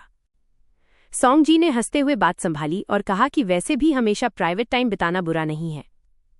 क्युनजाओ का उतरा हुआ चेहरा देखकर उसने फौरन टॉपिक बदला और कहा, अरे देखिए, उन पेड़ों पर फल शायद पक चुके हैं। क्युनजाओ ने उन फलों की तरफ देखा और पूछा, क्या तुम इन्हें खाना चाहती हो? सॉन्ग जी ने सोचा कि अब कोई नौकर तो है नहीं, तो खुद ही सीढ़ी ढूंढकर मेहनत करनी पड़ेगी, इसलिए उसने मना कर दिया। तभी क्युनजाओ ने मुस्कुराते हुए अपनी व्हीलचेयर के हत्थों पर जोर दिया और एक जबरदस्त छलांग लगाई। उसने हवा में ही बड़ी सफाई से फल तोड़ा और स्टाइल से वापस अपनी व्हीलचेयर पर आ बैठा। उसने मुस्कुराकर फल बढ़ाते हुए कहा, बस इसे पोंछ लो और ये खाने के लिए तैयार है। इस मूव ने सॉन्ग जी के होश उड़ा दिए। वो चिल्लाई, अरे क्या तुम उड़ सकते हो? क्युनजाओ ने फल साफ करके पकड़ाया और बड़े कूल अंदाज में बोला, ये बस किंगोंग यानी हल्की उड़ान भरने की स्किल है। मेरी मार्शल आर्ट्स काफी अच्छी है, बस मेरे पैर काम नहीं करते। सॉन्ग जी हाथ में वो फल पकड़े बस उसे देखती रह गई। उसे लगा जैसे उसके सारे मॉडर्न लॉजिक और वैल्यूज एक झटके में धराशायी हो गए हों। तभी उसे मशहूर कहानियों की याद आने लगी। उसे तुरंत उन कहानियों की याद आ गई जिनमें वू किंग जैसा किरदार भी पैरों से लाचार होने के बावजूद अपनी चिंगोंग के दम पर पूरी दुनिया में मशहूर था। क्युनजाओ ने उत्सुकता से पूछा, क्या ये वू किंग तुम्हारा कोई जानने वाला है? सॉन्ग जी ने बात टालते हुए कहा कि वो तो बस एक कहानी का कैरेक्टर है। क्युनजाओ कुछ देर चुप रहा और फिर पूछा, क्या वो कोई मर्द है? सॉन्ग जी को कुछ समझ नहीं आया और उसने मजे में कहा, हाँ, क्यों? क्या तुम उससे कंपटीशन करना चाहते हो? लेकिन क्युनजाओ ने बड़े गंभीर होकर कहा, मैं अपनी चिंगोंग की और भी ज्यादा प्रैक्टिस करूंगा, तुम बस उसके बारे में सोचना छोड़ दो। ये सुनकर सॉन्ग जी के हाथ से फल ही गिर गया। भाई, ये बंदा जलते हुए कितना क्यूट लग रहा है। अभी शादी का पहला दिन ही है और पति को शक होने लगा कि बीवी का मेंटल अफेयर चल रहा है। भला कोई कहानी के कैरेक्टर से भी जलता है क्या? क्युनजाओ जिस तरह शर्माते हुए मना कर रहा था, उसे देखकर सॉन्ग जी को लगा कि इन पुराने जमाने के लड़कों की पॉजेसिवनेस तो वाकई नेक्स्ट लेवल होती है। उसने सोचा कि मेरे लिए तो क्युनजाओ खुद भी एक कहानी का ही कैरेक्टर है, तो क्यों ना इसे थोड़ा और छेड़ा जाए। वो शरारत में उसकी व्हीलचेयर के हत्थे पर ही बैठ गई और पूछा, अच्छा ये बताओ, अगर मेरा दिल बदल गया और मैं तुम्हें छोड़कर जाना चाहूं तो तुम क्या करोगे? ये सुनते ही क्युनजाओ के चेहरे पर हवाइयां उड़ने लगी और उसने घबराकर पूछा कि क्या वो वाकई उसे छोड़ देगी। उसने फौरन सॉन्ग जी को जोर से गले लगा लिया जैसे कोई छोटा बच्चा हो। वो बोला, तुम मुझे नहीं छोड़ सकती, बड़ी मुश्किल से तो तुम मुझे मिली हो। उसकी आवाज में वो डर और तड़प सुनकर सॉन्ग का दिल पिघल गया। उसने भी उसे कसकर पकड़ लिया और तब तक पुचकारा जब तक वो शांत नहीं हो गया। क्युनजाओ कहने लगा कि वो अपनी सारी फीलिंग्स बस उसे ही देना चाहता है। मैं अपना सब कुछ तुम्हें दे दूंगा, बस तुम मुझे छोड़ना मत। सॉन्ग जी के चेहरे पर एक शरारती मुस्कान आ गई और उसने पूछा, क्या वाकई? क्युनजाओ ने तुरंत जवाब दिया, बिल्कुल, तुम्हें जो चाहिए बस मांग लो। सॉन्ग जी ने अपनी उंगली उसके होठों पर रख दी ताकि वो आगे कुछ न बोल पाए। भाई, दिन के उजाले में अपने हैंडसम पति को ऐसे छेड़ने का मजा ही कुछ और है, और उसके होंठ भी कितने सॉफ्ट हैं। फिर उसने बड़े प्यार से कहा, मुझे तुम्हारा सब कुछ नहीं चाहिए, बस जब भी मेरा मन फल खाने का हो तो तुम मेरे लिए उन्हें तोड़ देना। रात को सॉन्ग जी एक बड़े से बाथटब में मजे से नहा रही थी। उसे याद आया कि दिन भर अपने ब्यूटी पति के साथ कितना अच्छा टाइम बीता, लेकिन जब मायके वापस जाना होगा तो वहां फिर से एक जंग लड़नी पड़ेगी। खैर, जो होगा देखा जाएगा। तभी उसे ख्याल आया कि ये नहाने का पानी इतना परफेक्ट गर्म किसने किया। इस महल में तो कोई नौकर ही नहीं है। तभी वहां नौकरानी क्विंजाओ की व्हीलचेयर को धक्का देते हुए अंदर आई और बोली कि उसने नहाने का पानी तैयार कर दिया है और वो उन्हें नहलाने में मदद करेगी। जब वो बाथटब के पास पहुंची तो वहां सोंगजी को मुस्कुराते हुए खड़ा देख उसके होश उड़ गए। चलो, आ गई ऊंट पहाड़ के नीचे। सोंगजी समझ गई कि इस लोमड़ी की असली चाल क्या थी। क्विए वाकई उसके हैंडसम पति पर डोरे डाल रही थी। क्विए बुरी तरह चौंक गई और हकलाते हुए बोली, मैडम, आपने तो कहा था कि आप स्टडी रूम जा रही हैं। सोंगजी ने मजे लेते हुए कहा, क्यों, क्या मैं वापस नहीं आ सकती? क्विए घबराहट के मारे कांपने लगी। सोंगे ने उसे वहां से दफा होने को कहा और साफ कर दिया कि अब से वो खुद क्विंजाओ को नहलाएगी। क्विए ने थोड़ा और रुकने की कोशिश की, पर सोंगजी की कातिलाना नजरों के सामने उसकी एक ना चली और वो भाग खड़ी हुई। अब दरवाजा बंद हो चुका था और उस कमरे में व्हीलचेयर पर बैठे क्विंजाओ के साथ सिर्फ सोंगजी अकेली थी। अब कमरे में सिर्फ व्हीलचेयर पर बैठे क्विंजाओ थे और बाथटब में बिना कपड़ों के बैठी सोंगजी। दोनों की नजरें मिली और माहौल थोड़ा शर्मिंदा करने वाला हो गया। क्विंजाओ ने हल्की सी खांसी के साथ इस खामोशी को तोड़ा और बोला कि शायद उसने अपनी वाइफ को परेशान कर दिया, लेकिन उसके मन में चल रहा था कि दासी ली नियांग ने अब तक उस नौकरानी कियर को ठिकाने क्यों नहीं लगाया। दूसरी तरफ सोंगजी बड़े कॉन्फिडेंस में थी क्योंकि उसे लगता था कि उसका पति देख नहीं सकता। उसने सोचा कि पानी अभी गर्म है तो क्यों ना उसे भी साथ में नहला दिया जाए। बेचारे को ये नहीं पता था कि जब उसे हकीकत पता चलेगी कि क्विंजाओ सब देख सकता है तब वो शर्म के मारे जमीन में गड़ जाएगी। भाई, हमारी फीमेल लीड तो कुछ ज्यादा ही एडवांस निकली। खुद टब में बैठी है और अपने अंधे पति को कपल बाथ के लिए उकसा रही है।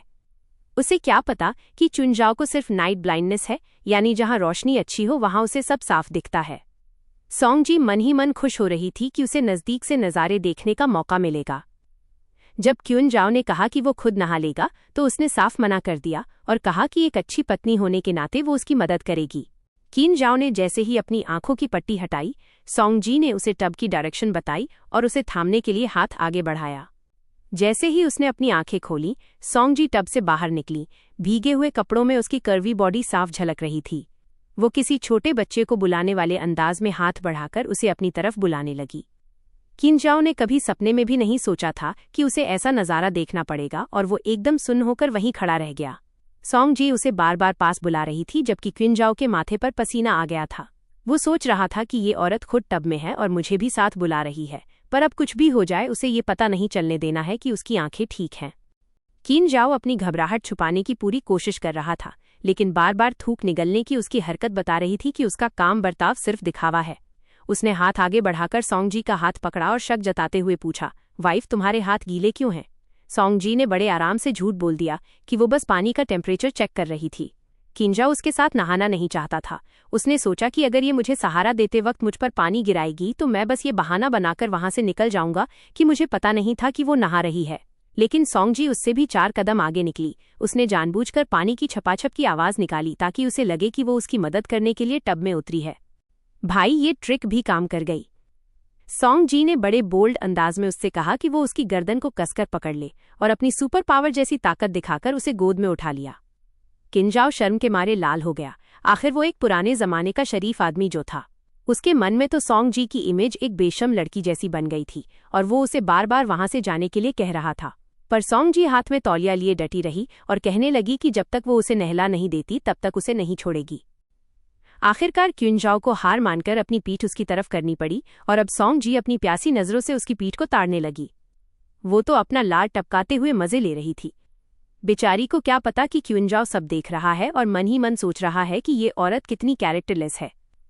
एक मॉडर्न लड़की जब अंधे होने का नाटक करने वाले राजा को नहलाती है तो जीत तो आखिर इस ठर की दुल्हन की ही होनी थी। जैसा कि हमने देखा, क्विंजाओ के पास कोई रास्ता नहीं बचा था सिवाय इसके कि वो चुपचाप उससे नहा ले, लेकिन अब वो सोंगजी को एक अलग नजरिए से देख रहा था। उसने सोचा कि एक शरीफ घर की बहू को तो शादी की रात शर्मिंदा और नर्वस होना चाहिए था, पर ये तो मुझ पर ही हाथ साफ करने में लगी है।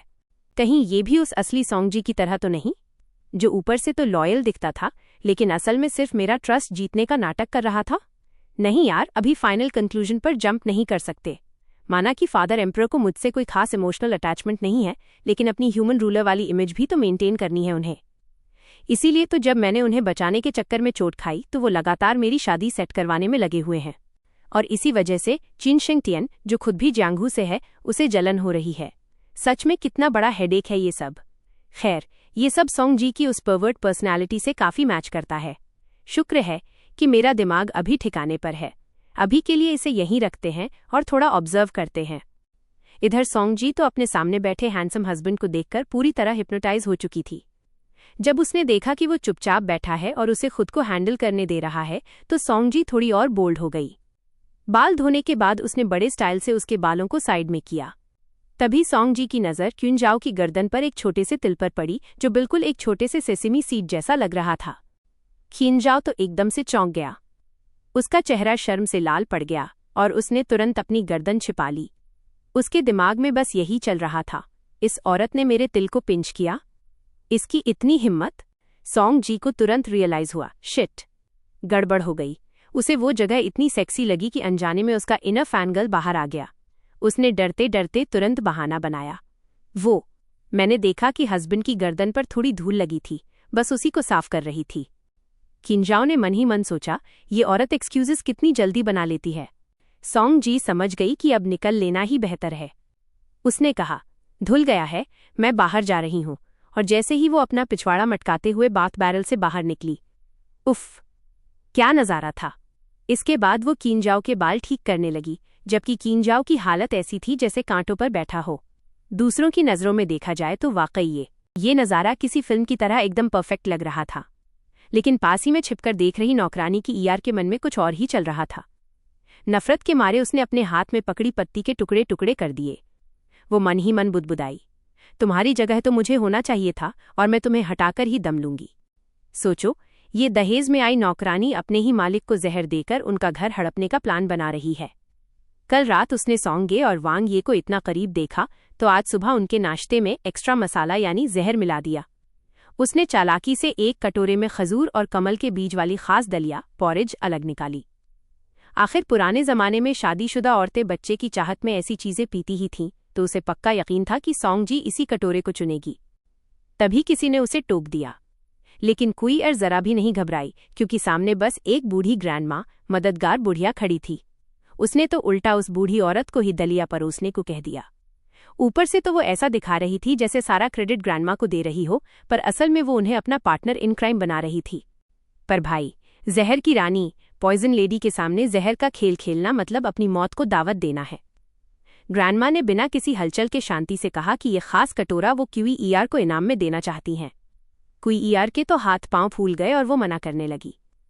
लेकिन ग्रैंडमा कोई कच्ची खिलाड़ी नहीं थी। उन्होंने जबरदस्ती वो मिलावट वाला कटोरा उसके मुंह में ठूस दिया। ग्रैंडमा ने साफ कह दिया, कल रात तू मालिक की खिड़की के बाहर जो बकवास कर रही थी वो सब मैंने सुन लिया था। तू मुझे मोहरा बनाकर अपना काम निकालना चाहती थी। अब आंगन में एक जबरदस्त ड्रामा शुरू होने वाला था। उधर सोंग जी को लगा कि आज के खाने का स्वाद कल जैसा मजेदार नहीं है, और तभी उसकी नजर पड़ी। इधर अब हमारे हैंडसम हस्बैंड के बन खाने की बारी थी। किंजाओ अपनी चॉपस्टिक से बन पकड़ने की कोशिश कर रहा था, लेकिन उसके हाथ कुछ नहीं लगा। सोंग जी ऊपर से तो ऐसे हंस रही थी जैसे उससे कोई गलती हो गई हो, पर अंदर ही अंदर वो बहुत खुश थी। उसे चिढ़ाने की ये आदत जो छूटने का नाम नहीं ले रही थी। अगले ही पल दो धुरंधरों के बीच माइंड गेम्स शुरू हो गए। किंजाओ ने शर्माने का नाटक किया तो मौका देखकर सोंगे ने उसे खुद अपने हाथों से खिलाने का ऑफर दे दिया। वो थोड़ा हिचकिचाया, लेकिन फिर सोंगे का ममता भरा प्यार उमड़ पड़ा और उसने चुपचाप मुंह खोलकर खा लिया। किंजाओ ने उसकी तारीफ करते हुए उसे एक संस्कारी पत्नी बताया और कहा कि कल जब वो अपने मायके पेरेंट्स हाउस जाएगी तो वो एक अच्छे दामाद की तरह पूरा फर्ज निभाएगा। सोंग जी ने औपचारिकता के लिए उसका शुक्रिया तो कर दिया, पर उसे अपने उन मतलबी माता पिता की याद आ गई जो सिर्फ बेटों को तवज्जो देते थे। उसने सोचा कि जल्दी ही इन मुसीबतों को निपटाकर असली काम पर ध्यान देना होगा। तभी किंजाओ ने एक मासूम सी स्माइल दी और कहा, हम पति पत्नी हैं, इतना तो बनता ही है। सोंग जी को भी अचानक एहसास हुआ कि हाँ, मैं अब शादीशुदा हूँ। वैसे एक बड़े रुतबे वाले वांग ये को लोग जाओ कहकर बुला रहे हैं, और वो मान भी गया। बाद में ये सब उसके लिए पक्का एक ब्लैक हिस्ट्री जैसा मजाक बनेगा। अगले दिन मायके जाने का वक्त आया। किंजाओ और सोंग जी पाल की कैरेज में बैठने ही वाले थे कि तभी वो नौकरानी क्यूईआर बाहर आ गई। वो बड़ी चापलूसी करते हुए खुद को काम का बता रही थी और साथ ले जाने की जिद करने लगी। वैंग ये ने तो उसे साफ मना कर दिया। हार मानकर कि ईआर ने सॉन्ग गे के आगे हाथ फैला दिए, वो तो जैसे पैरों में गिरकर जान बचाने की भीख मांगने लगी थी। तभी अचानक एक हाथ की ईआर के कंधे पर पड़ा ये ली नियांग थी।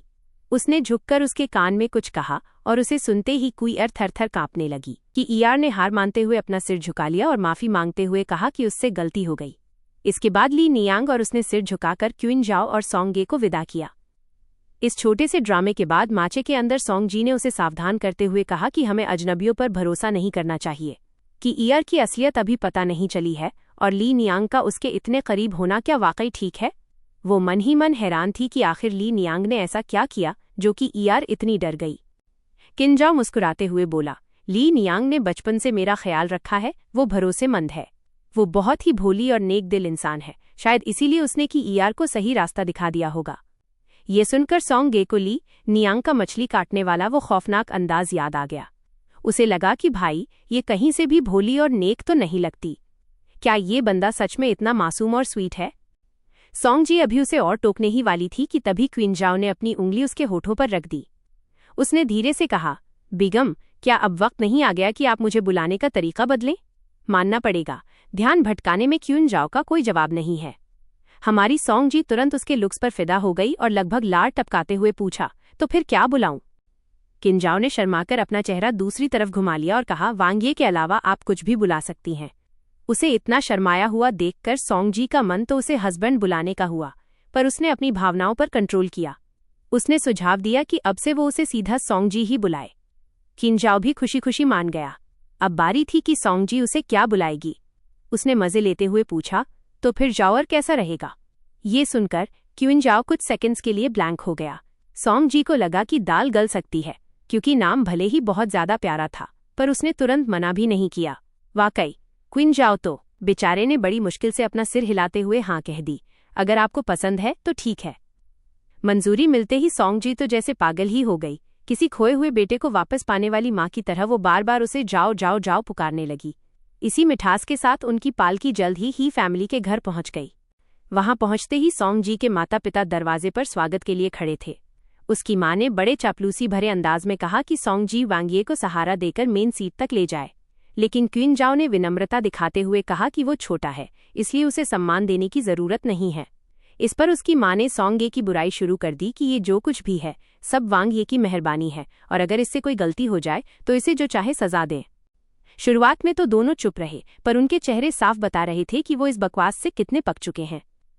फिर वांगिए ने बड़ी मासूमियत से कहा, सॉन्ग गे बहुत अच्छी है, भले ही मेरी आंखों में रोशनी नहीं है, पर मेरे दिल में उसकी इमेज दुनिया में सबसे खूबसूरत है। अब भाई अपने माता पिता के सामने पति से ऐसी रोमांटिक बातें सुनकर किसी को भी शर्म आ जाए, और सॉन्ग जी का चेहरा भी एकदम लाल पड़ गया। यहाँ तक कि उसके पेरेंट्स भी हैरान रह गए, पर अगले ही पल गिरगिट की तरह रंग बदलते हुए वो मुस्कुराने लगे और फॉर्मेलिटी वाली बातें करने लगे। ही फादर ने माहौल को हल्का करने के लिए नौकरानी को भेजकर अपने बेटे को बुलाने के लिए कहा। फिर क्वीन जाओ को चाय पिलाते हुए उन्होंने उस वादे का जिक्र छेड़ा जो सम्राट ने किया था कि बेटी की शादी के बाद उन्हें सरकारी पद, ऑफिशियल रैंक दिया जाएगा। सॉन्ग जी को ये लालच देखकर बड़ी घिन आई। क्वीन जाओ ने भी कोई खास इंटरेस्ट नहीं दिखाया और बड़ी चालाकी से उनकी बात टाल दी कि वो सम्राट को इस बारे में याद दिलाएं। ही फादर का चेहरा तो जैसे पल भर में उतर गया, यहाँ तक कि अब सॉन्ग जी को भी चिढ़ होने लगी थी। उसने उन्हें याद दिलाया कि आज का दिन सिर्फ एक दूसरे से मिलने और रिश्ते निभाने का है, इन फालतू बातों को छोड़ो। सॉन्ग जी की बात अभी पूरी भी नहीं हुई थी कि तभी दरवाजा धड़ाक से खुला। सच ही कहा है, बेटियां शादी के बाद पराया धन हो जाती हैं। इससे मदद की उम्मीद करने से बेहतर तो ये होता कि हम पैसे देकर कोई डिग्री ही खरीद लेते। ये कड़वी बातें बोलने वाला और कोई नहीं बल्कि हे परिवार का बड़ा बेटा हे जोंगशेंग था। ही फादर ने सिचुएशन संभालते हुए उसे फौरन बैठने और वांग ये के साथ चाय पीने को कहा, लेकिन हे जोंगशेंग तो जैसे कलेश करने के मूड में ही आया था। उसने जम्हाई लेते हुए चिढ़ाकर कहा, चाय पीने में क्या मजा है, क्यों न शराब पी जाए। सॉन्ग जी के माता पिता ने दबी आवाज में उसे तमीज से बात करने की वार्निंग दी, पर उसे कोई फर्क नहीं पड़ा। वो ढिठाई से बोला, छोड़ो भी, वैसे भी इसे कुछ दिखाई तो देता नहीं। फिर उसने उकसाते हुए आगे कहा, अरे मैं तो भूल ही गया था कि वांग ये का शरीर काफी कमजोर है, पक्का उनमें शराब झेलने की ताकत नहीं होगी। सॉन्ग जी बीच में पड़कर मामला सुलझाने ही वाली थी कि तभी क्वीन जाओ ने उसका हाथ पकड़कर उसे रोक दिया। उसने बड़े ग्रेस के साथ कहा कि अगर किस्मत हमें यहाँ साथ लाई है तो वो महफिल जरूर जमाएगा। सोंग जी की आंखों में फिक्र साफ दिख रही थी, जो शायद पट्टियों के पार सीधे क्विंजाओ के दिल तक पहुंच रही थी। किंजाओ ने उसका हाथ थपथपाकर उसे तसल्ली दी और एक प्यारी सी स्माइल के साथ बोला, तुम्हारे जाओर की कैपेसिटी बहुत अच्छी है, वो अपनी बेगम को परेशान नहीं होने देगा। सोंग जी ने मन ही मन सोचा, ये बंदा भी ना जगह और मौका कुछ नहीं देखता, बस हर वक्त फ्लर्ट करना है। उसने शर्माते हुए अपना हाथ छुड़ाया और उसे अपनी लिमिट में रहने को कहा। लेकिन भाई, बेइज्जती बड़ी जल्दी हो गई। अगले ही पल सोंग जी ने देखा कि क्विंजाओ टेबल पर ही ढेर हो चुका है। उसने उसे उंगली से चुभाकर देखा, पर वहां से कोई रिस्पॉन्स नहीं मिला। सोंगे ने अपने पिता और भाई से कहा कि अब उसे वांग ये को वापस ले जाना होगा। ही फादर खुद नशे में धुत थे, पर फिर भी जाते जाते वो उसे उस सरकारी पोस्ट वाली बात याद दिलाना नहीं भूले। सोंग जी ने बस मुस्कुराकर हाँ कह दिया और निकल पड़ी। उधर ही जोंगशिंग नशे में धुत होकर बकवास करने लगा, सोंग जी, तेरे नसीब ही खराब हैं जो तुझे इस बेकार आदमी से शादी करनी पड़ी। अब तो ये कभी अपना सिर उठाकर जी नहीं पाएगा। तू बस इसकी सेवा करती रह, शायद ये तुझे अपना कीमती खिलौना बनाकर रख ले। वैसे जो चल नहीं सकता, क्या उसका वो काम करता होगा?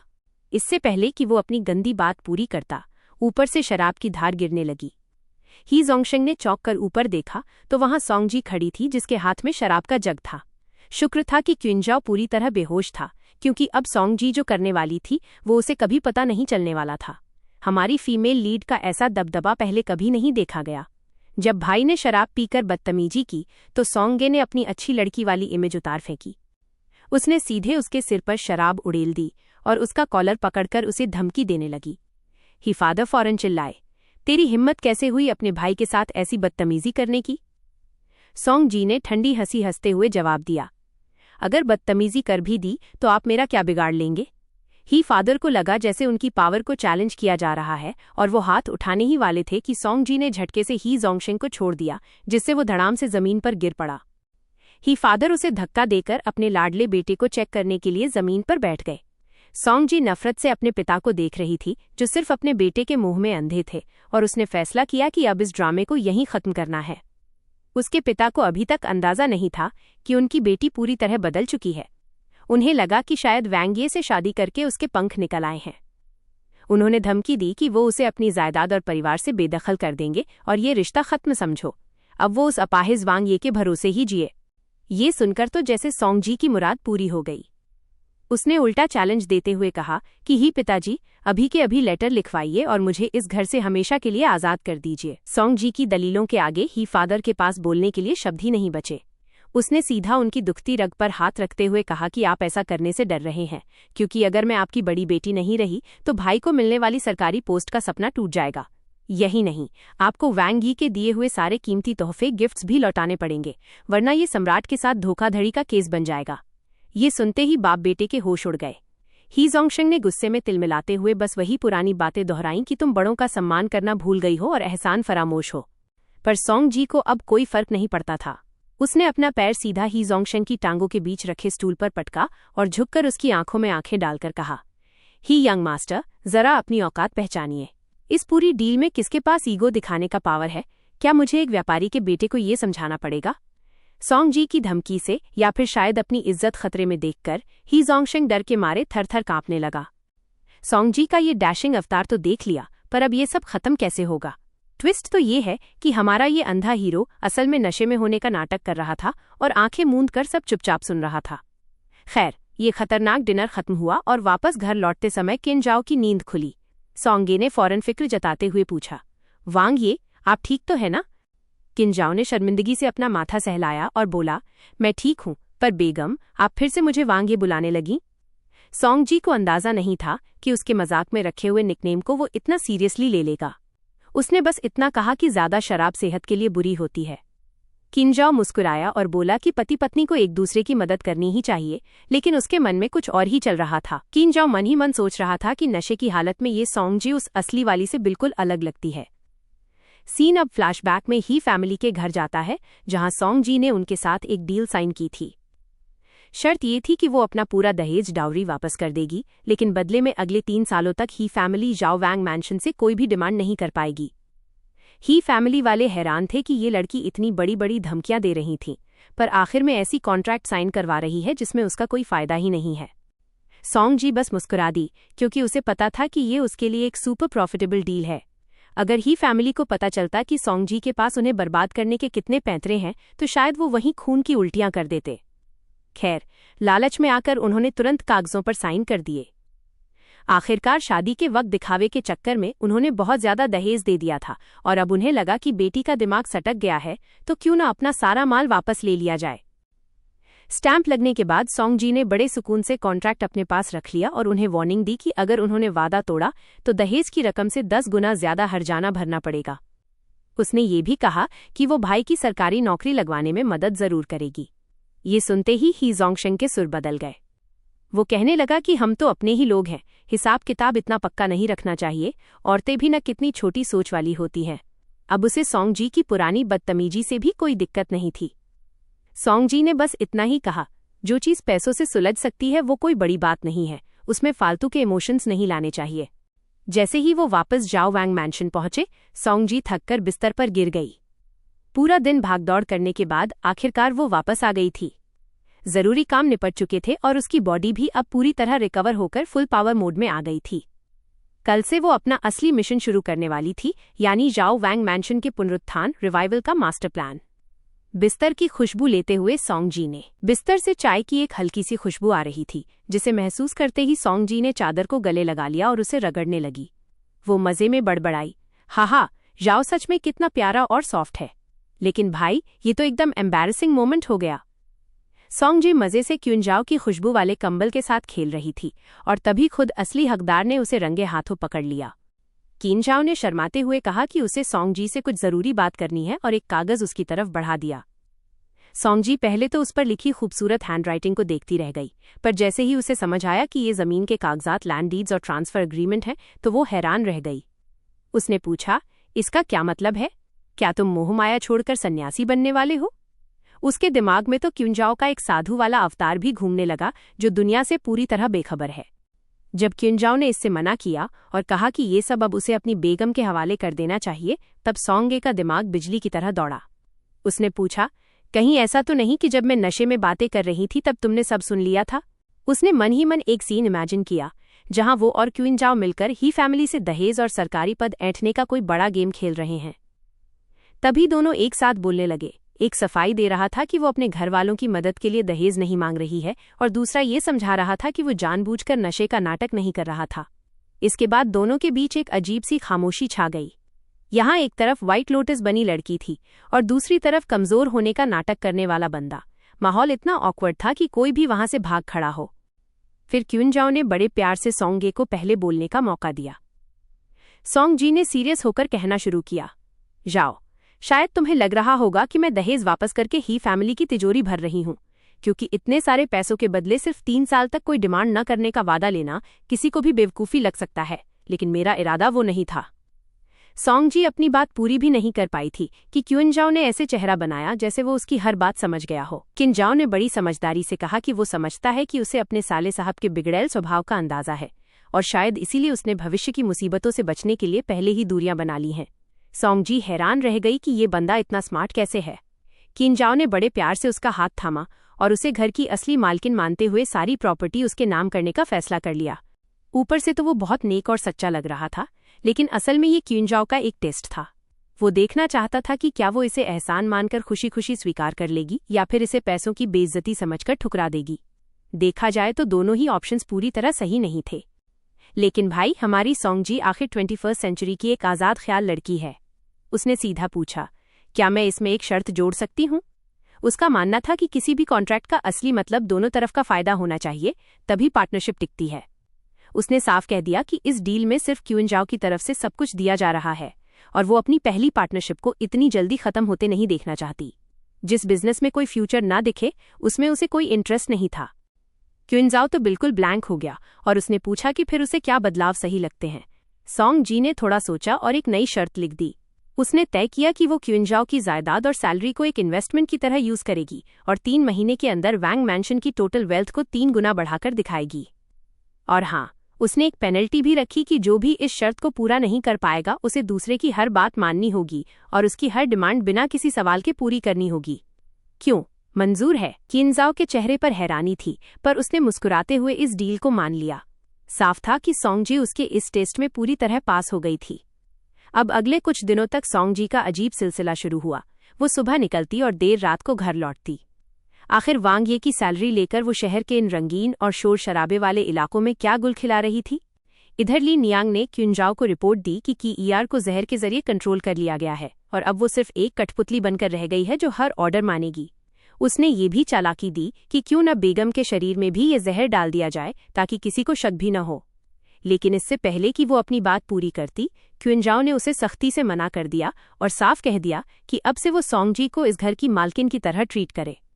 ली नियांग हैरान रह गई और उसने याद दिलाया, आका, आपने ये शादी सिर्फ इसलिए की थी ताकि दुनिया की नज़रों में आप एक कमज़ोर और बीवी के गुलाम दिखें और दूसरे राजकुमार आप पर शक न करें। कहीं आपको उस लड़की से सच में प्यार तो नहीं हो गया? किनजाओ ने ठंडी हंसी के साथ जवाब दिया, बिल्कुल नहीं। वो तो बस काम की चीज़ है, इसलिए उसे इस्तेमाल कर रहा हूँ। भले ही वो ऐसा कह रहा था, पर सोंगजी की हरकतें उसे भी चक्कर में डाल रही थीं। जैसे मायके से लौटने के बाद पहली सुबह उसने बस इतना कहा कि वो बाहर जा रही है और खाना घर पे नहीं खाएगी। ली नियांग और क्युनजाओ बस देखते रह गए, पर फिर भी क्युनजाओ ने कॉन्फिडेंस के साथ कहा कि हमें उस पर थोड़ा भरोसा करना चाहिए। रात हुई और सोंगजी बुरी तरह थक कर चूर होकर घर लौटी। क्युनजाओ सोच रहा था कि बातों बातों में उससे कुछ राज उगलवाएगा, पर सोंगे ने तो बस गुड नाइट बोला और बिस्तर पर गिरते ही सो गई। उसने सोचा, चलो कल बात करेंगे, लेकिन अगले दिन भी वही टाइम था और वही अंदाज। फिर से रात हुई, सोंगजी घर आई और क्युनजाओ फिर से उसे बस देखते रह गया। हर दिन वही पुरानी कहानी दोहराई जा रही थी, वही रोज का ड्रामा, बस एक गुड नाइट और बिस्तर पर गिरते ही नींद। बेजारे क्युनजाओ के हाथ से एक और मौका निकल गया।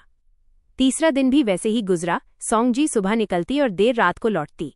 चौथे दिन जब वो वापस आई तो उसकी हालत किसी पियक्कड़ जैसी थी। किनजाओ ने बड़े प्यार से उसका शरीर साफ करने में मदद की। पांचवें दिन जैसे ही वो दबे पांव खिसकने की फिराक में थी, क्विनजाओ ने उसे टोक दिया। वो पिछले कुछ दिनों का हिसाब मांगना चाहता था, पर सोंगे ने उसे बीच में ही काट दिया। उसने कहा, जो भी बात है मेरे लौटने के बाद करेंगे, अभी बहुत देर हो रही है। और हाँ, आज रात डिनर मत करना, मेरा इंतजार करना। इतना कहकर वो दरवाज़ा जोर से बंद करके चली गई। तभी ली नियांग ने आकर खबर दी कि बेगम आजकल शहर के हर ऐशो आराम और रंगीन ठिकानों पर देखी जा रही हैं। वो पानी की तरह पैसा बहा रही हैं और जाहिर है कि वो पैसा आपकी सैलरी का ही होगा। क्युनजाओ ने बस इतना कहकर बात टाल दी कि शायद उसका कोई मकसद होगा, अभी बस इंतजार करते हैं। लेकिन ली नियांग से अब रहा नहीं गया। उसने सीधा सवाल दाग दिया, आका, क्या आपको नहीं लगता कि आप उस औरत पर जरूरत से ज्यादा भरोसा कर रहे हैं? क्युनजाओ उसकी फिक्र समझ रहा था। उसने ठंडे अंदाज में कहा, अगर उसने ऐसा कुछ नहीं किया जिससे मेरा भरोसा बना रहे, तो जैसा तुमने कहा था, मैं उसे दूध में से मक्खी की तरह निकाल फेंकूंगा। ली नियांग को अपनी पसंद का जवाब मिल चुका था। उसने मुस्कुराते हुए कहा, आपके जैसे बेरहम इंसान के लिए काम करना सुकून देता है, जो अपने मकसद के लिए खुद को भी बेच सकता है। इस पर किनजाओ ने फिर से अपना भोला चेहरा बनाया और बोला, अरे ऐसा कैसे? मेरी पत्नी की नज़रों में तो मैं एक बहुत ही शरीफ और सीधा सादा इंसान हूँ।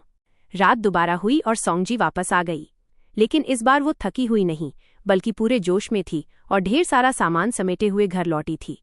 उसने देखा कि क्युनजाओ अब भी उसका इंतजार कर रहा है। सोंगजी ने फौरन वे कीमती और लिमिटेड एडिशन स्नैक्स उसके सामने रख दिए।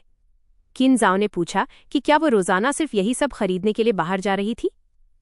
सोंगजी ने बड़े कैजुअल अंदाज में जवाब दिया कि वे स्ट्रीट वाली उस दुकान पर दिन भर में सिर्फ 20 पैकेट ही मिलते हैं। वहां लाइन लगाना बहुत मुश्किल काम है, इसीलिए उसे सुबह जल्दी निकलना पड़ता था। यह जवाब सुनकर किनजाओ की भौहें तन गईं। साफ दिख रहा था कि वो इस जवाब से काफी निराश है। तभी सोंगजी बेड का सहारा लेकर तिरछी लेटी और क्विनजाओ को किसी स्लीपिंग ब्यूटी की तरह निहारने लगी।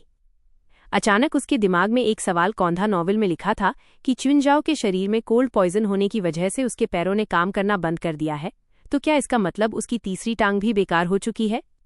उसने सोचा, भले ही हम सिर्फ रूममेट्स की तरह हैं और मेरा असली पति पत्नी वाला रिश्ता बनाने का कोई इरादा नहीं है, फिर भी यार क्यूरियोसिटी तो होती ही है। तभी सोंगे ने अपने शैतानी हाथ आगे बढ़ाए। इधर किनजाओ जो सोने का नाटक कर रहा था, उसे कुछ अजीब महसूस हुआ। वो सोचने लगा, ये आखिर करना क्या चाहती है? मुझे छू क्यों रही है? अब सोंगजी के चेहरे के एक्सप्रेशन देखकर क्या लगता है, क्या वो अपने मकसद में कामयाब हुई होगी? आखिर ये नई नवेली दुल्हन अपने पति को घर छोड़कर 4 दिनों तक सुबह से रात तक गायब क्यों थी?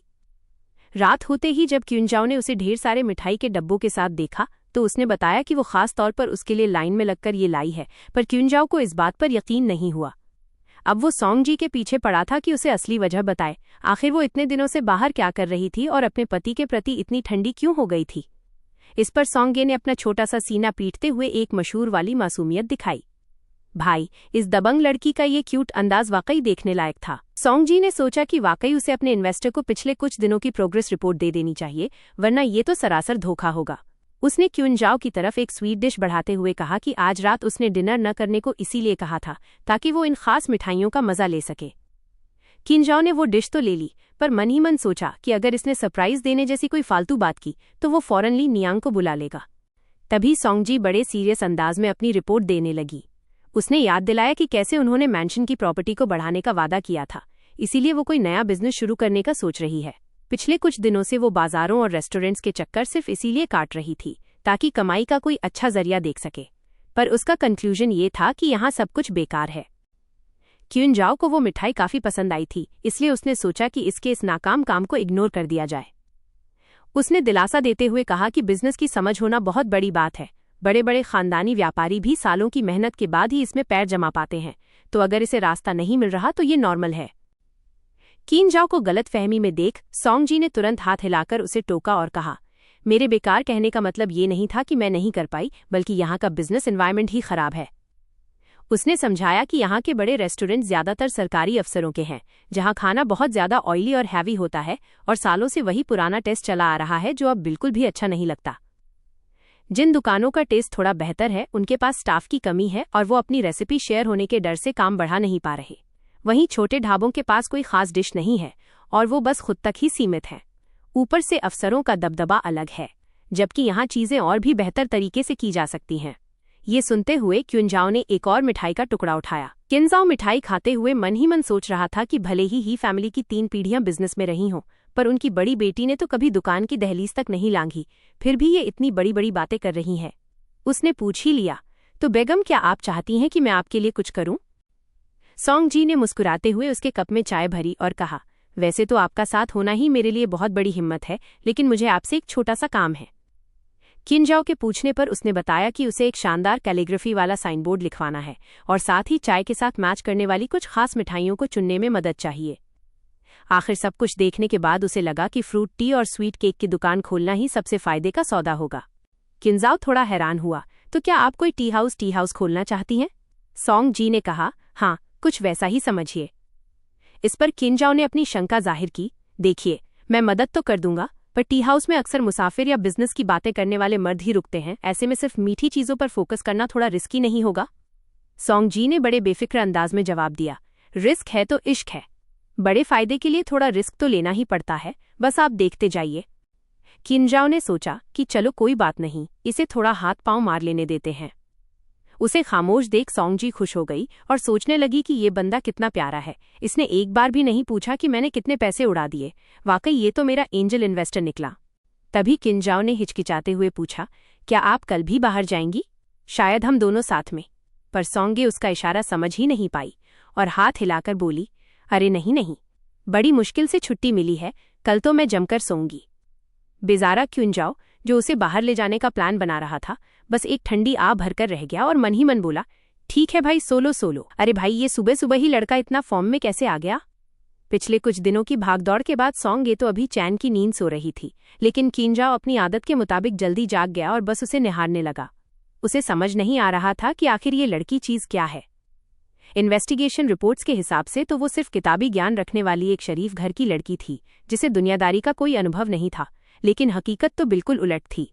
न कोई शर्मो हया, ऊपर से अजीबोगरीब शब्द बोलना और वो बॉसी एटीट्यूड। उसने सोचा, बॉसी? मैंने इसके लिए ये शब्द क्यों इस्तेमाल किया? खैर, जो भी हो, उसके जैसी लड़की मुझ जैसे एक अपाहिज और बेकार आदमी के लिए इतनी वफादार या दीवानी तो नहीं हो सकती। वो पक्का कुछ छिपा रही है। आखिर तुम्हारा असली मकसद क्या है? तभी सोते हुए सॉन्ग जी ने करवट ली और अनजाने में अपना हाथ क्यूनजाओ की वी लाइन यानी लोअर एब्स पर रख दिया। उसने अपना पैर भी उसके ऊपर चढ़ा दिया और कंफर्टेबल होकर सोने लगी और नींद में ही बुदबुदवाई जाओ। और क्यूनजाओ की तो जैसे जान ही निकल गई। उसे लगा कि शायद वो जाग गई है, लेकिन नहीं, वो तो बस नींद में हाथ पैर मार रही थी और उसे जाओ स्वीटी बुला रही थी। वो अपना सिर क्यूनजाओ से सटाकर बार बार रगड़ रही थी। अब क्यून जाओ को समझ आया कि ये वक्त उसके बारे में रिसर्च करने का नहीं है, क्योंकि उसकी अपनी बॉडी इस वक्त डेंजर जोन में पहुंच चुकी थी। माना कि जहर की वजह से उसके पैर काम नहीं करते थे, लेकिन उसकी तीसरी टांग बिल्कुल टकाटक और नॉर्मल थी। अब वो इस उलझन में था कि क्या उसे जगा दे। लेकिन अगर वो जाग गई और उसने ये नज़ारा देख लिया तो वो क्या सफाई देगा? क्या वो उसे ये बताएगा कि देखो, मैं उस काम के लिए अभी भी पूरी तरह फिट हूं? अगर उसने ये सब देख लिया तो वो मुझसे सवाल करेगी कि आखिर मैं वंश आगे क्यों नहीं बढ़ा रहा। किंजाओ की नजरें झुक गईं। उसने सोचा कि जिस औलाद का भविष्य ही दुखद होने वाला हो, उसका पैदा न होना ही बेहतर है। उसे आज भी अपनी माँ की वो बात याद थी जब उन्हें सूली पर चढ़ाया गया था। उन्होंने कहा था, जाओ और मेरी मौत का बदला लेना। उस नफरत के साथ वापस कैपिटल जाना जो मैंने तुम्हें सिखाई है, और उस आदमी को ढूंढना, उसकी सबसे कीमती चीजें उससे छीन लेना और सब कुछ तबाह कर देना, सब कुछ बर्बाद कर देना। उफ, फिर से पुरानी बेकार बातें याद आने लगीं, क्विंजाओ ने खुद से कहा। खैर, इन्हीं कड़वी यादों की वजह से उसका जोश ठंडा पड़ गया और शरीर शांत हो गया। उसने धीरे से सोंगजी को जगाया, जिस पर वो नींद में ही बुदबुदवाई, मैं बहुत प्यारा सपना देख रही हूँ, पहले इसे सेव कर लूँ, फिर जागूंगी, वरना उठते ही सब भूल जाऊंगी। होश में आते ही सोंगजी ने तुरंत माफी मांगी और कहा कि वो नींद में थोड़ी बहक गई थी, लेकिन उसके मन में तो लड्डू फूट रहे थे। अभी तो मुझे लग रहा था कि मैं अपने अपार्टमेंट में हूँ और सपने वाले किंजाओ के साथ टाई चिपकना कर रही हूँ, पर आंख खुली तो देखा असली वाला सामने खड़ा है। सपना सच हो गया। नहीं, सपने में तो मैं फिर भी काफी शरीफ थी, उसने सोचा, और सिर खुजलाते हुए शर्मिंदगी से बोली कि थकान की वजह से शायद वो ठीक से सो नहीं पाई। इधर क्विंजाओ ने फुर्ती से अपने कपड़े पहने और एक सेफ डिस्टेंस बनाते हुए पीछे हट गया। उसने कहा, कोई बात नहीं बेगम, अगर थक गई हो तो नाश्ता कर लो और फिर सो जाना, खाली पेट मत रहो, मैं अभी ब्रेकफास्ट लेकर आता हूँ। सोंगजी को थोड़ा अजीब लगा, इतनी मेहनत से जगाया भी तो सिर्फ नाश्ता कराने के लिए? क्या आप मेरे कोई बड़े बुजुर्ग हैं? लेकिन फिर उसे ख्याल आया कि इतने बड़े रुतबे वाला वैंगे खुद उसके लिए ये सब कर रहा है। ये सोचकर ही उसे बड़ी खुशी हुई। उसने झट से कहा, मैं पूरी तरह जाग गई हूँ, अब और नहीं सोना। वैसे जाओ, क्या बाद में तुम्हारे पास थोड़ा वक्त होगा? नाश्ते के बाद क्या तुम मेरे लिए थोड़ा टाइम निकाल सकते हो? कल रात ही मैंने रेसिपी फाइनल की है, तो अब इंग्रेडिएंट्स चुनने का सही वक्त है। मुझे इसमें तुम्हारी राय चाहिए। नाश्ता खत्म होते ही सोंगजी अपने मिशन पर लग गई। उसने तहखाने से ठंडी और कड़क उलोंग टी निकाली और उसमें ताजे फलों का पल्प मिलाकर मिक्स करने लगी। वो किंजाओ की तारीफ करना भी नहीं भूली, हस्बैंड, आप फल उगाने में वाकई माहिर हैं। गार्डन के सारे फल कितने जूसी और फ्रेश हैं। उसने चाय में आड़ू, पीच, शहद और थोड़ी चीनी मिलाई और पीच उलोंग टी तैयार कर दी। लो, इसे टेस्ट करके देखो। क्विंजाओ थोड़ा हिचकिचाया, मैंने कभी ऐसी ठंडी चाय नहीं पी, और ऊपर से इसमें फ्रूट पल्प भी मिला है। मन ही मन उसे ये थोड़ा अजीब लग रहा था, पर फिर भी उसने कप पकड़ लिया। एक घूंट पीते ही क्विंजाओ हैरान रह गया। उसने अपनी राय दी कि इसमें चीनी थोड़ी कम है और आड़ू का पल्प जरूरत से ज्यादा, जिसकी वजह से चाय की अपनी खुशबू दब रही है। फिर उसने खुद अंदाजे से चीजें मिक्स की और एक नया कप तैयार करके अपनी बेगम को चखने के लिए दिया। अभी कुछ देर पहले वो दोनों उसकी लिखाई यानी कैलीग्राफी की तारीफ कर रहे थे, और अगले ही पल नज़ारा बिल्कुल बदल गया। किंजाओ ने उसी कप का इस्तेमाल किया जिससे उसने अभी चखा था, और नई चाय बनाकर सोंगजी को ऑफर की। सोंगजी उस कप को देखते ही अपनी डर्टी इमेजिनेशन में खो गई। क्या ये एक तरह का इनडायरेक्ट किस है? फिर उसने शर्माते हुए कप लिया, उसे थोड़ा चाटा और एक ही बार में पी गई। वाह, इसका टेस्ट तो लाजवाब है, बिल्कुल वैसा ही जैसा मैं अपने होम टाउन में पीती थी। जब क्विंजाओ ने पूछा कि क्या उसने पहले भी कभी ऐसी चीजें पी हैं, तो सोंगे ने हाँ में सिर हिला दिया। किंजाओ मन ही मन सोचने लगा, ही फैमिली तो पिछले 3 जनरेशन से कैपिटल में ही बसी है, तो फिर ये होम टाउन वाला सीन कहाँ से आ गया? तो सुनिए, सोंगजी ने अपनी बात रखी, मार्केट वैलिडेशन तो ऑलरेडी मिल चुका है, अब बस हमें अपने प्रोडक्ट्स को पब्लिक तक पहुंचाना है।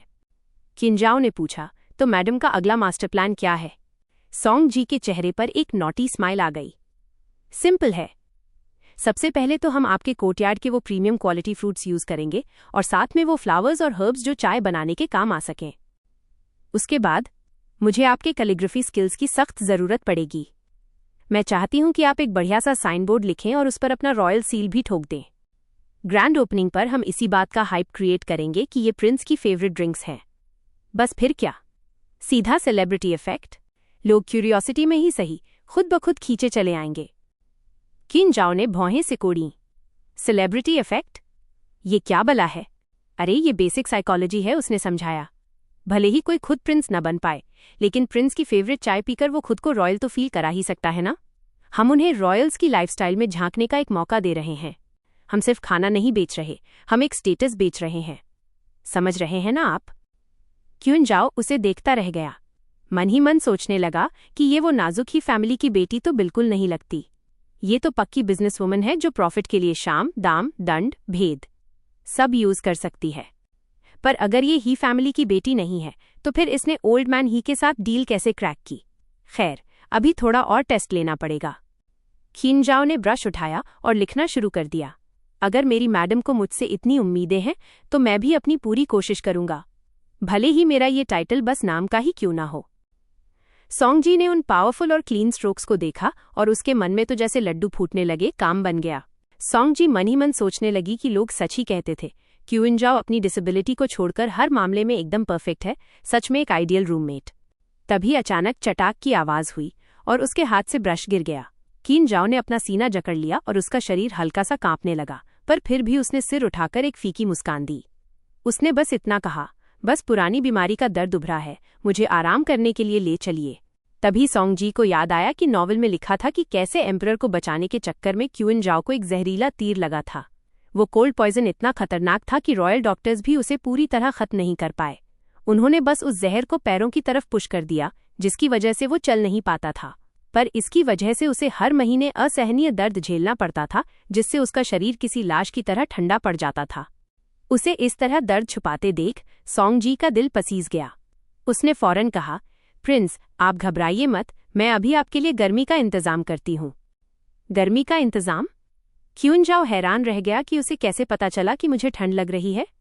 आखिर ये लड़की इतनी कॉन्फिडेंस के साथ कैसे बोल रही है? शक तो होता ही है। सच तो ये है कि उसके पैर हमेशा के लिए खराब नहीं हुए थे, बस कोल्ड पॉइजन ने उसकी मेरिडियंस को फ्रीज कर दिया था। पर यह बात तो किसी को पता ही नहीं थी। उसने खुद बार बार एनर्जी चैनलाइज करने की कोशिश करते वक्त ये सीक्रेट डिस्कवर किया था। तो फिर सोंगजी को वो सच कैसे पता चला जो एम्परर और डॉक्टर्स को भी नहीं पता था? सोंगजी ने देखा कि उसे पसीना आ रहा है और वो बहुत तकलीफ में है। तभी उसे कुछ याद आया और उसने कहा, पतिदेव बस 1 मिनट रुकिए, और वो दौड़कर कमरे से बाहर निकल गई। क्यूइनजाओ ने अपनी बॉडी में ट्रू क्यूई को सर्कुलेट करने की कोशिश की। वो अब भी सोच रहा था कि आखिर वो लड़की करना क्या चाहती है। शायद वो शोर शराबे से तंग आ गई थी और शांति के लिए बाहर चली गई। इन जमी हुई मेरिडियंस को जबरदस्ती फोर्स के साथ क्लियर करना बहुत दर्दनाक था, पर इसके बिना उसके पैरों के ठीक होने की कोई गुंजाइश भी नहीं थी। दर्द के मारे वो बिस्तर पर लेट गया। जब इंसान कमजोर होता है तो उसका मन अक्सर पुरानी यादों में भटकने लगता है। उसे बचपन का वो वक्त याद आया जब वो बिल्कुल अकेला और बेसहारा था। उसने खुद से कहा था कि क्यूइनजाओ, इस दुनिया में सिर्फ तुम ही अपनी मदद कर सकते हो, यहाँ तक कि अपनी पत्नी पर भी आंख मूंद कर भरोसा नहीं किया जा सकता। तभी अचानक धड़ाम से दरवाजा खुला। सोंगजी वापस आ गई थी। अब देखा जाए तो अक्सर नॉवेल्स में ऐसे सीन में क्या होता है, जब हीरो को कोल्ड पॉइजन का अटैक आता है तो हीरोइन अपने कपड़े उतारकर उसे गर्मी देती है, या फिर अगर वो बेहोश हो तो उसे अपने मुंह से दवाई पिलाती है। पर हमारी हीरोइन थोड़ी हटके है, वो घिसे पिटे रास्तों पर नहीं चलती। जब उसे पता चला कि क्यूइनजाओ को अटैक आया है तो वो तूफान की तरह बाहर गई और उतनी ही तेजी से वापस भी आ गई। उसे गोदाम चेक करते वक्त एक लकड़ी का बड़ा सा टब मिला था जिसमें पानी गर्म किया जा सकता था और अब वही काम आने वाला था। उसने जब उसे उठते हुए देखा तो फौरन टब नीचे रखा और फिक्र जताते हुए बोली, अरे आप कंबल ओढ़कर क्यों नहीं लेटे? पतिदेव, आप बस आराम से लेटे रहिए, बाकी सब मुझ पर छोड़ दीजिए। क्यूइनजाओ देख तो सकता था कि वो एक भारी भरकम लकड़ी का टब घसीट कर लाई है, पर इस वक्त भी उसे अपने अंधे होने का नाटक जारी रखना था। उसने मासूमियत से पूछा, पर मैडम, आप करना क्या चाहती हैं? उसने जवाब दिया, देखिए, अगर ये कोल्ड पॉइजन है तो सबसे जरूरी चीज बॉडी टेम्परेचर को मेंटेन करना है। हालांकि उसके दिमाग में वो फिल्मी सीन्स भी चल रहे थे जहां लोग कपड़े उतारकर एक दूसरे को गले लगाकर गर्मी देते हैं, पर उसे लगा कि प्रैक्टिकल होना ज्यादा जरूरी है। पर सोंगजी को अपनी बॉडी हीट पर कुछ खास भरोसा नहीं था। अगर उसने वो कपड़े उतारने वाला तरीका आजमाया और वो काम नहीं किया तो लेने के देने पड़ जाएंगे, ये सोचकर ही उसे अजीब लग रहा था। इसलिए उसने फुर्ती से लकड़ी का वो टब सेट किया और उसके नीचे लकड़ियां लगा दीं। क्यूइनजाओ ने चुपके से एक नज़र डाली और समझ गया कि वो उसे हॉट वाटर बाथ देने की तैयारी कर रही है। उसने पहले कभी ये ट्राई नहीं किया था क्योंकि वो अपनी इस कमजोरी को किसी के सामने नहीं आने देना चाहता था। फिर उसके मन में ख्याल आया कि शायद वो बस दिखावा कर रही है। आखिर इस कोल्ड पॉइजन के बारे में बहुत कम लोग जानते थे। कहीं ऐसा तो नहीं जैसा ली नियांग ने कहा था कि वो किसी दुश्मन की भेजी हुई जासूस है? पर फिर ये बात हजम नहीं हुई। अगर उसे सिर्फ भरोसा जीतना होता तो वो बस पास बैठकर देखभाल कर सकती थी। उसे अपनी ऐसी कमियां दिखाने की जरूरत नहीं थी जिससे उस पर ही शक जाए। तभी लकड़ियों के टकराने की कड़कड़ आवाज सुनकर क्यूइन जाओ से रहा नहीं गया और वो बोल पड़ा, सीधे लकड़ी में आग नहीं लगेगी, पहले सूखी घास जलाओ और फिर उसे चूल्हे में डालो। सॉन्ग जी ने पीछे मुड़कर उसे एक ओके का इशारा किया और उसकी गाइडेंस में आखिरकार आग जल ही गई। किंजाओ ने मन ही मन सोचा, सच में लाडली बेटी है, अगर जासूस होती तो आग जलाना तो आता ही होगा। सॉन्ग जी अभी भी मेहनत से टब में पानी भर रही थी। उधर क्यूइन जाओ दर्द के मारे अब सोच भी नहीं पा रहा था। वो बस खामोशी से अपनी मेरिडियंस को क्लियर करने की कोशिश करता रहा। आखिरकार पानी भर गया और सॉन्ग जी मुड़ी, पर उसकी अगली बात ने उसे हक्का बक्का कर दिया। उसने कहा, जब तक पानी गर्म होता है तब तक मैं पीछे से आपको पकड़कर बैठती हूँ। ये सुनकर क्यूइन जाओ को थोड़ी शर्म आई और थोड़ा गुस्सा भी। अरे मैडम, इसकी कोई जरूरत नहीं है, क्यूइन जाओ ने हिचकिचाते हुए कहा। पर सॉन्ग जी तो जैसे ममता से भरी हुई थी। उसने बड़े प्यार से कहा, कोई बात नहीं, इससे आपको थोड़ी तो गर्मी मिलेगी। लेकिन जैसे ही उसका हाथ क्यूइन जाओ के गालों से छुआ वो ठिठक गई। आपके गाल तो बर्फ जैसे ठंडे हैं, बिल्कुल किसी डेड बॉडी की तरह। सॉन्ग जी सोचने लगी कि नॉवल पढ़ते वक्त उसे अंदाजा नहीं था कि क्यूइन जाओ को हर महीने मौत जैसी इस खौफनाक तकलीफ से गुजरना पड़ता है। उसे लगा कि सिर्फ इतना काफी नहीं है और वो झटके से उठकर फिर बाहर चली गई। इधर क्यूइन जाओ को लगा कि शायद उसके शरीर की ठंडक से डरकर वो भाग गई है। उसने एक ठंडी आह भरी और खुद को समझाया कि उसके साथ तो हमेशा से यही होता आया है। लोग उसे मुसीबत में छोड़कर चले जाते हैं, उसे तो अब इसकी आदत हो गई है। उदास होने का कोई हक नहीं था उसे, बस थोड़ा सा और सहना है और ये वक्त भी गुजर जाएगा। तभी अचानक धड़ाम से दरवाजा खुला और सॉन्ग जी वापस आ गई। क्यूइन जाओ, चलो ये पियो। उसने हाथ में एक कटोरा थाम रखा था। ये अदरक और गुड़ का काढ़ा है, इससे ब्लड सर्कुलेशन बढ़ेगा और ठंड कम होगी। पर बेचारा क्यूइन जाओ तो इतना ठंडा पड़ चुका था कि हिल भी नहीं पा रहा था। सॉन्ग जी ने सिचुएशन समझी, कटोरा नीचे रखा और उसे सहारा देकर अपने ऊपर टिका लिया। वो धीरे धीरे उसे काढ़ा पिलाने लगी और साथ ही अपने मन की बातें भी बोलती गई। पता है, नॉवेल्स में अक्सर ऐसे सीन्स आते हैं जहां हीरोइन हीरो को जहर से बचाने के लिए अपने मुंह से दवाई पिलाती है। क्यूइन जाओ बेचारा हैरान रह गया कि इस लड़की के दिमाग में चल क्या रहा है, कैसे कैसे अजीब ख्याल आते हैं इसे। खैर, रात काफी हो गई थी। क्यूइन जाओ फ्रेश होकर वापस कमरे में आया ही था कि उसे सॉन्ग जी की आवाज आई जो उसे मदद के लिए बुला रही थी। क्यूइन जाओ करीब आते हुए पूछ ही रहा था कि मैडम, आपको मेरी क्या जरूरत पड़ गई, पर बात पूरी होने से पहले ही उसकी आंखें फटी की फटी रह गईं। उसके मन में आया, भाई क्या ये सब सच में फ्री में देखने को मिल रहा है? सॉन्ग जी ने बड़े आराम से कहा, पिछले कुछ दिनों से बहुत थकान हो गई है और कंधे बुरी तरह अकड़ रहे हैं, क्या आप मुझे थोड़ा मसाज दे सकते हैं? वो बड़ी उम्मीद के साथ सोच रही थी कि सुना है ब्लाइंड लोगों का मसाज बहुत जबरदस्त होता है और ऊपर से क्यूइन जाओ को मेडिकल नॉलेज भी है, तो ये तो एकदम परफेक्ट रहेगा। किंजाओ घबराकर आधा कदम पीछे हट गया और बोला, पर मुझे ये सब नहीं आता। पर सॉन्ग जी कहाँ मानने वाली थी। उसने कहा, अरे कोई बात नहीं, बस हल्का फुल्का दबा दीजिए। जब बचने का कोई रास्ता नहीं बचा तो क्यूइन जाओ शर्म के मारे पानी पानी हो गया। उसने हिम्मत जुटाई, चेहरा लाल पड़ चुका था और बोला, ठीक है, मैं कोशिश करता हूँ। जैसे ही उसके हाथों ने सॉन्ग जी की बेदाग पीठ को छुआ, उसने झिझकते हुए मसाज शुरू कर दिया। सॉन्ग जी के मुंह से सुकून भरी आवाजें निकलने लगीं, जिसे सुनकर क्यूइन जाओ ने अपना चेहरा शर्म से दूसरी तरफ मोड़ लिया। उसके हाथ तो चल रहे थे, पर मन ही मन वो खुद को कोस रहा था कि आखिर उसने अंधे होने का नाटक शुरू ही क्यों किया था।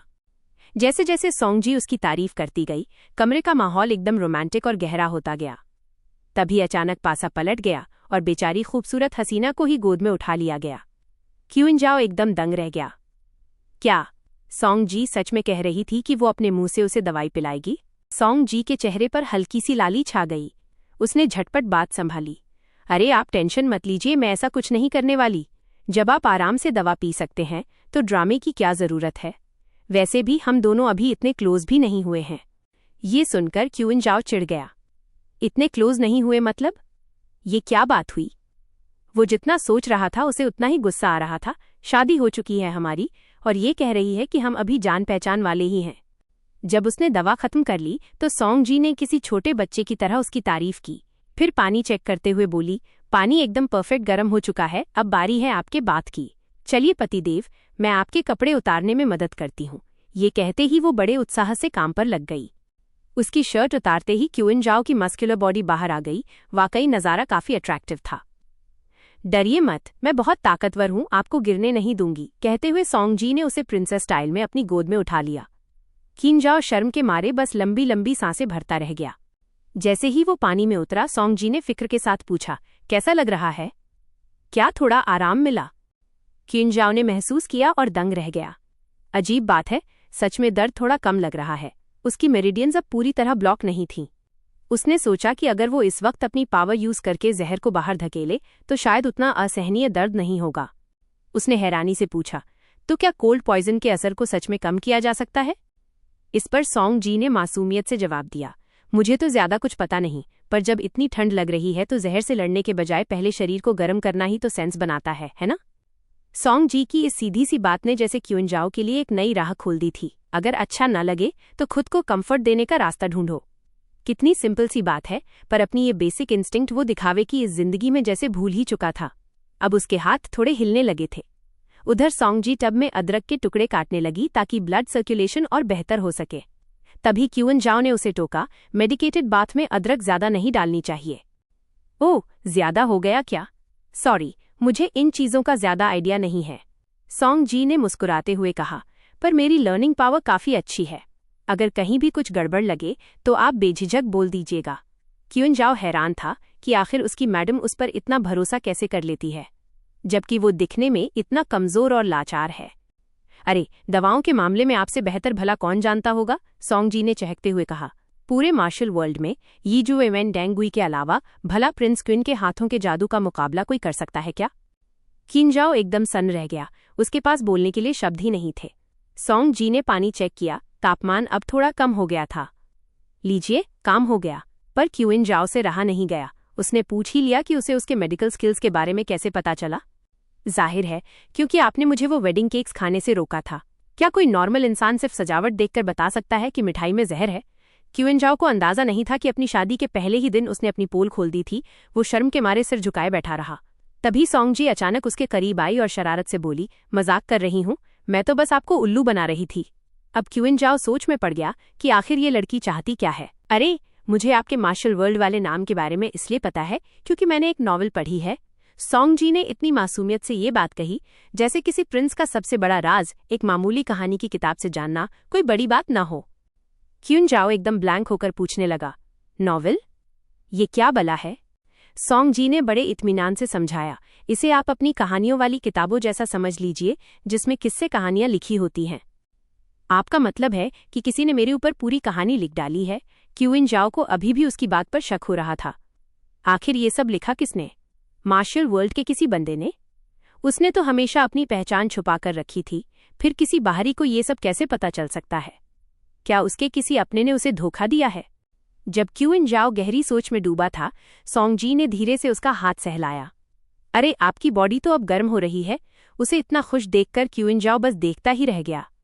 उसने महसूस किया कि भले ही ठंडक अभी भी शरीर में ऊपर की तरफ बढ़ रही थी, पर उसकी मेरिडियंस खुल चुकी थीं, यानी अब जान का कोई खतरा नहीं था।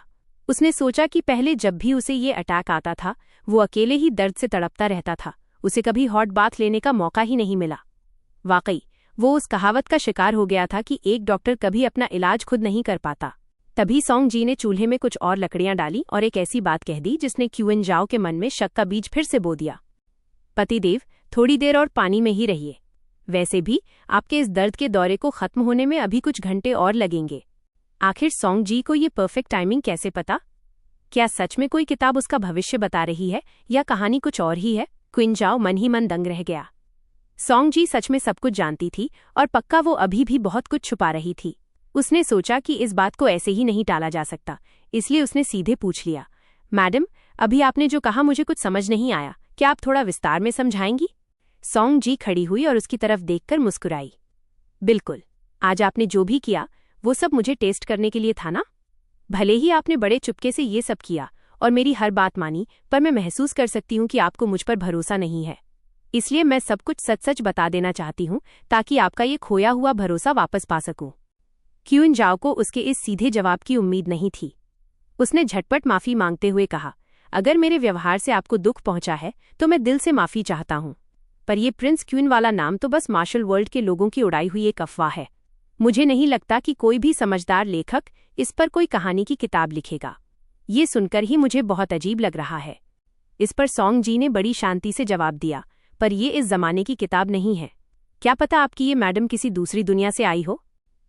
अब सिचुएशन ये थी कि हमारी ट्रांसमाइग्रेटेड हेरोइन ने सबके सामने कबूल कर लिया था कि वो किसी और की बॉडी में कब्जा करके दूसरी दुनिया से आई है। अब देखना यह है कि हमारा शातिर प्रिंस इस चाल का क्या जवाब देता है। क्विनजाओ के चेहरे पर तो हैरानी थी, पर मन ही मन उसे लगा कि ये अब तक का सबसे घटिया बहाना है। चाहे इस दुनिया की बात हो या किसी और दुनिया की, ये लॉजिक एकदम बकवास था। पर सोंग जी अभी भी समझाए जा रही थी। शायद आपको ठीक से अंदाजा नहीं है मेरा मतलब क्या है, अब ध्यान से सुनो। इसके बाद सोंग जी ने अपने ट्रांसमाइग्रेशन का पूरा प्रोसेस उसे डिटेल में समझाया, मानो हजारों शब्दों की कहानी कह डाली हो। मेरी एक एक बात सच है, समझ आ रहा है आपको?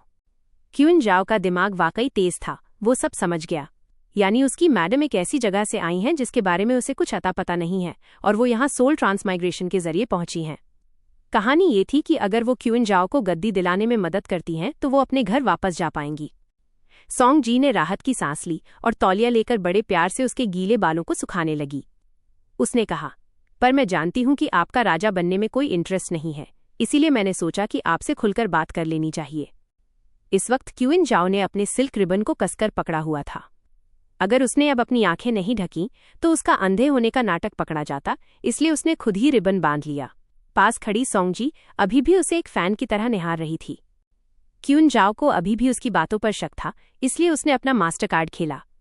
तो मैडम, क्या आप वाकई घर वापस जाना चाहती हैं? सोंग जी सोच में पड़ गई।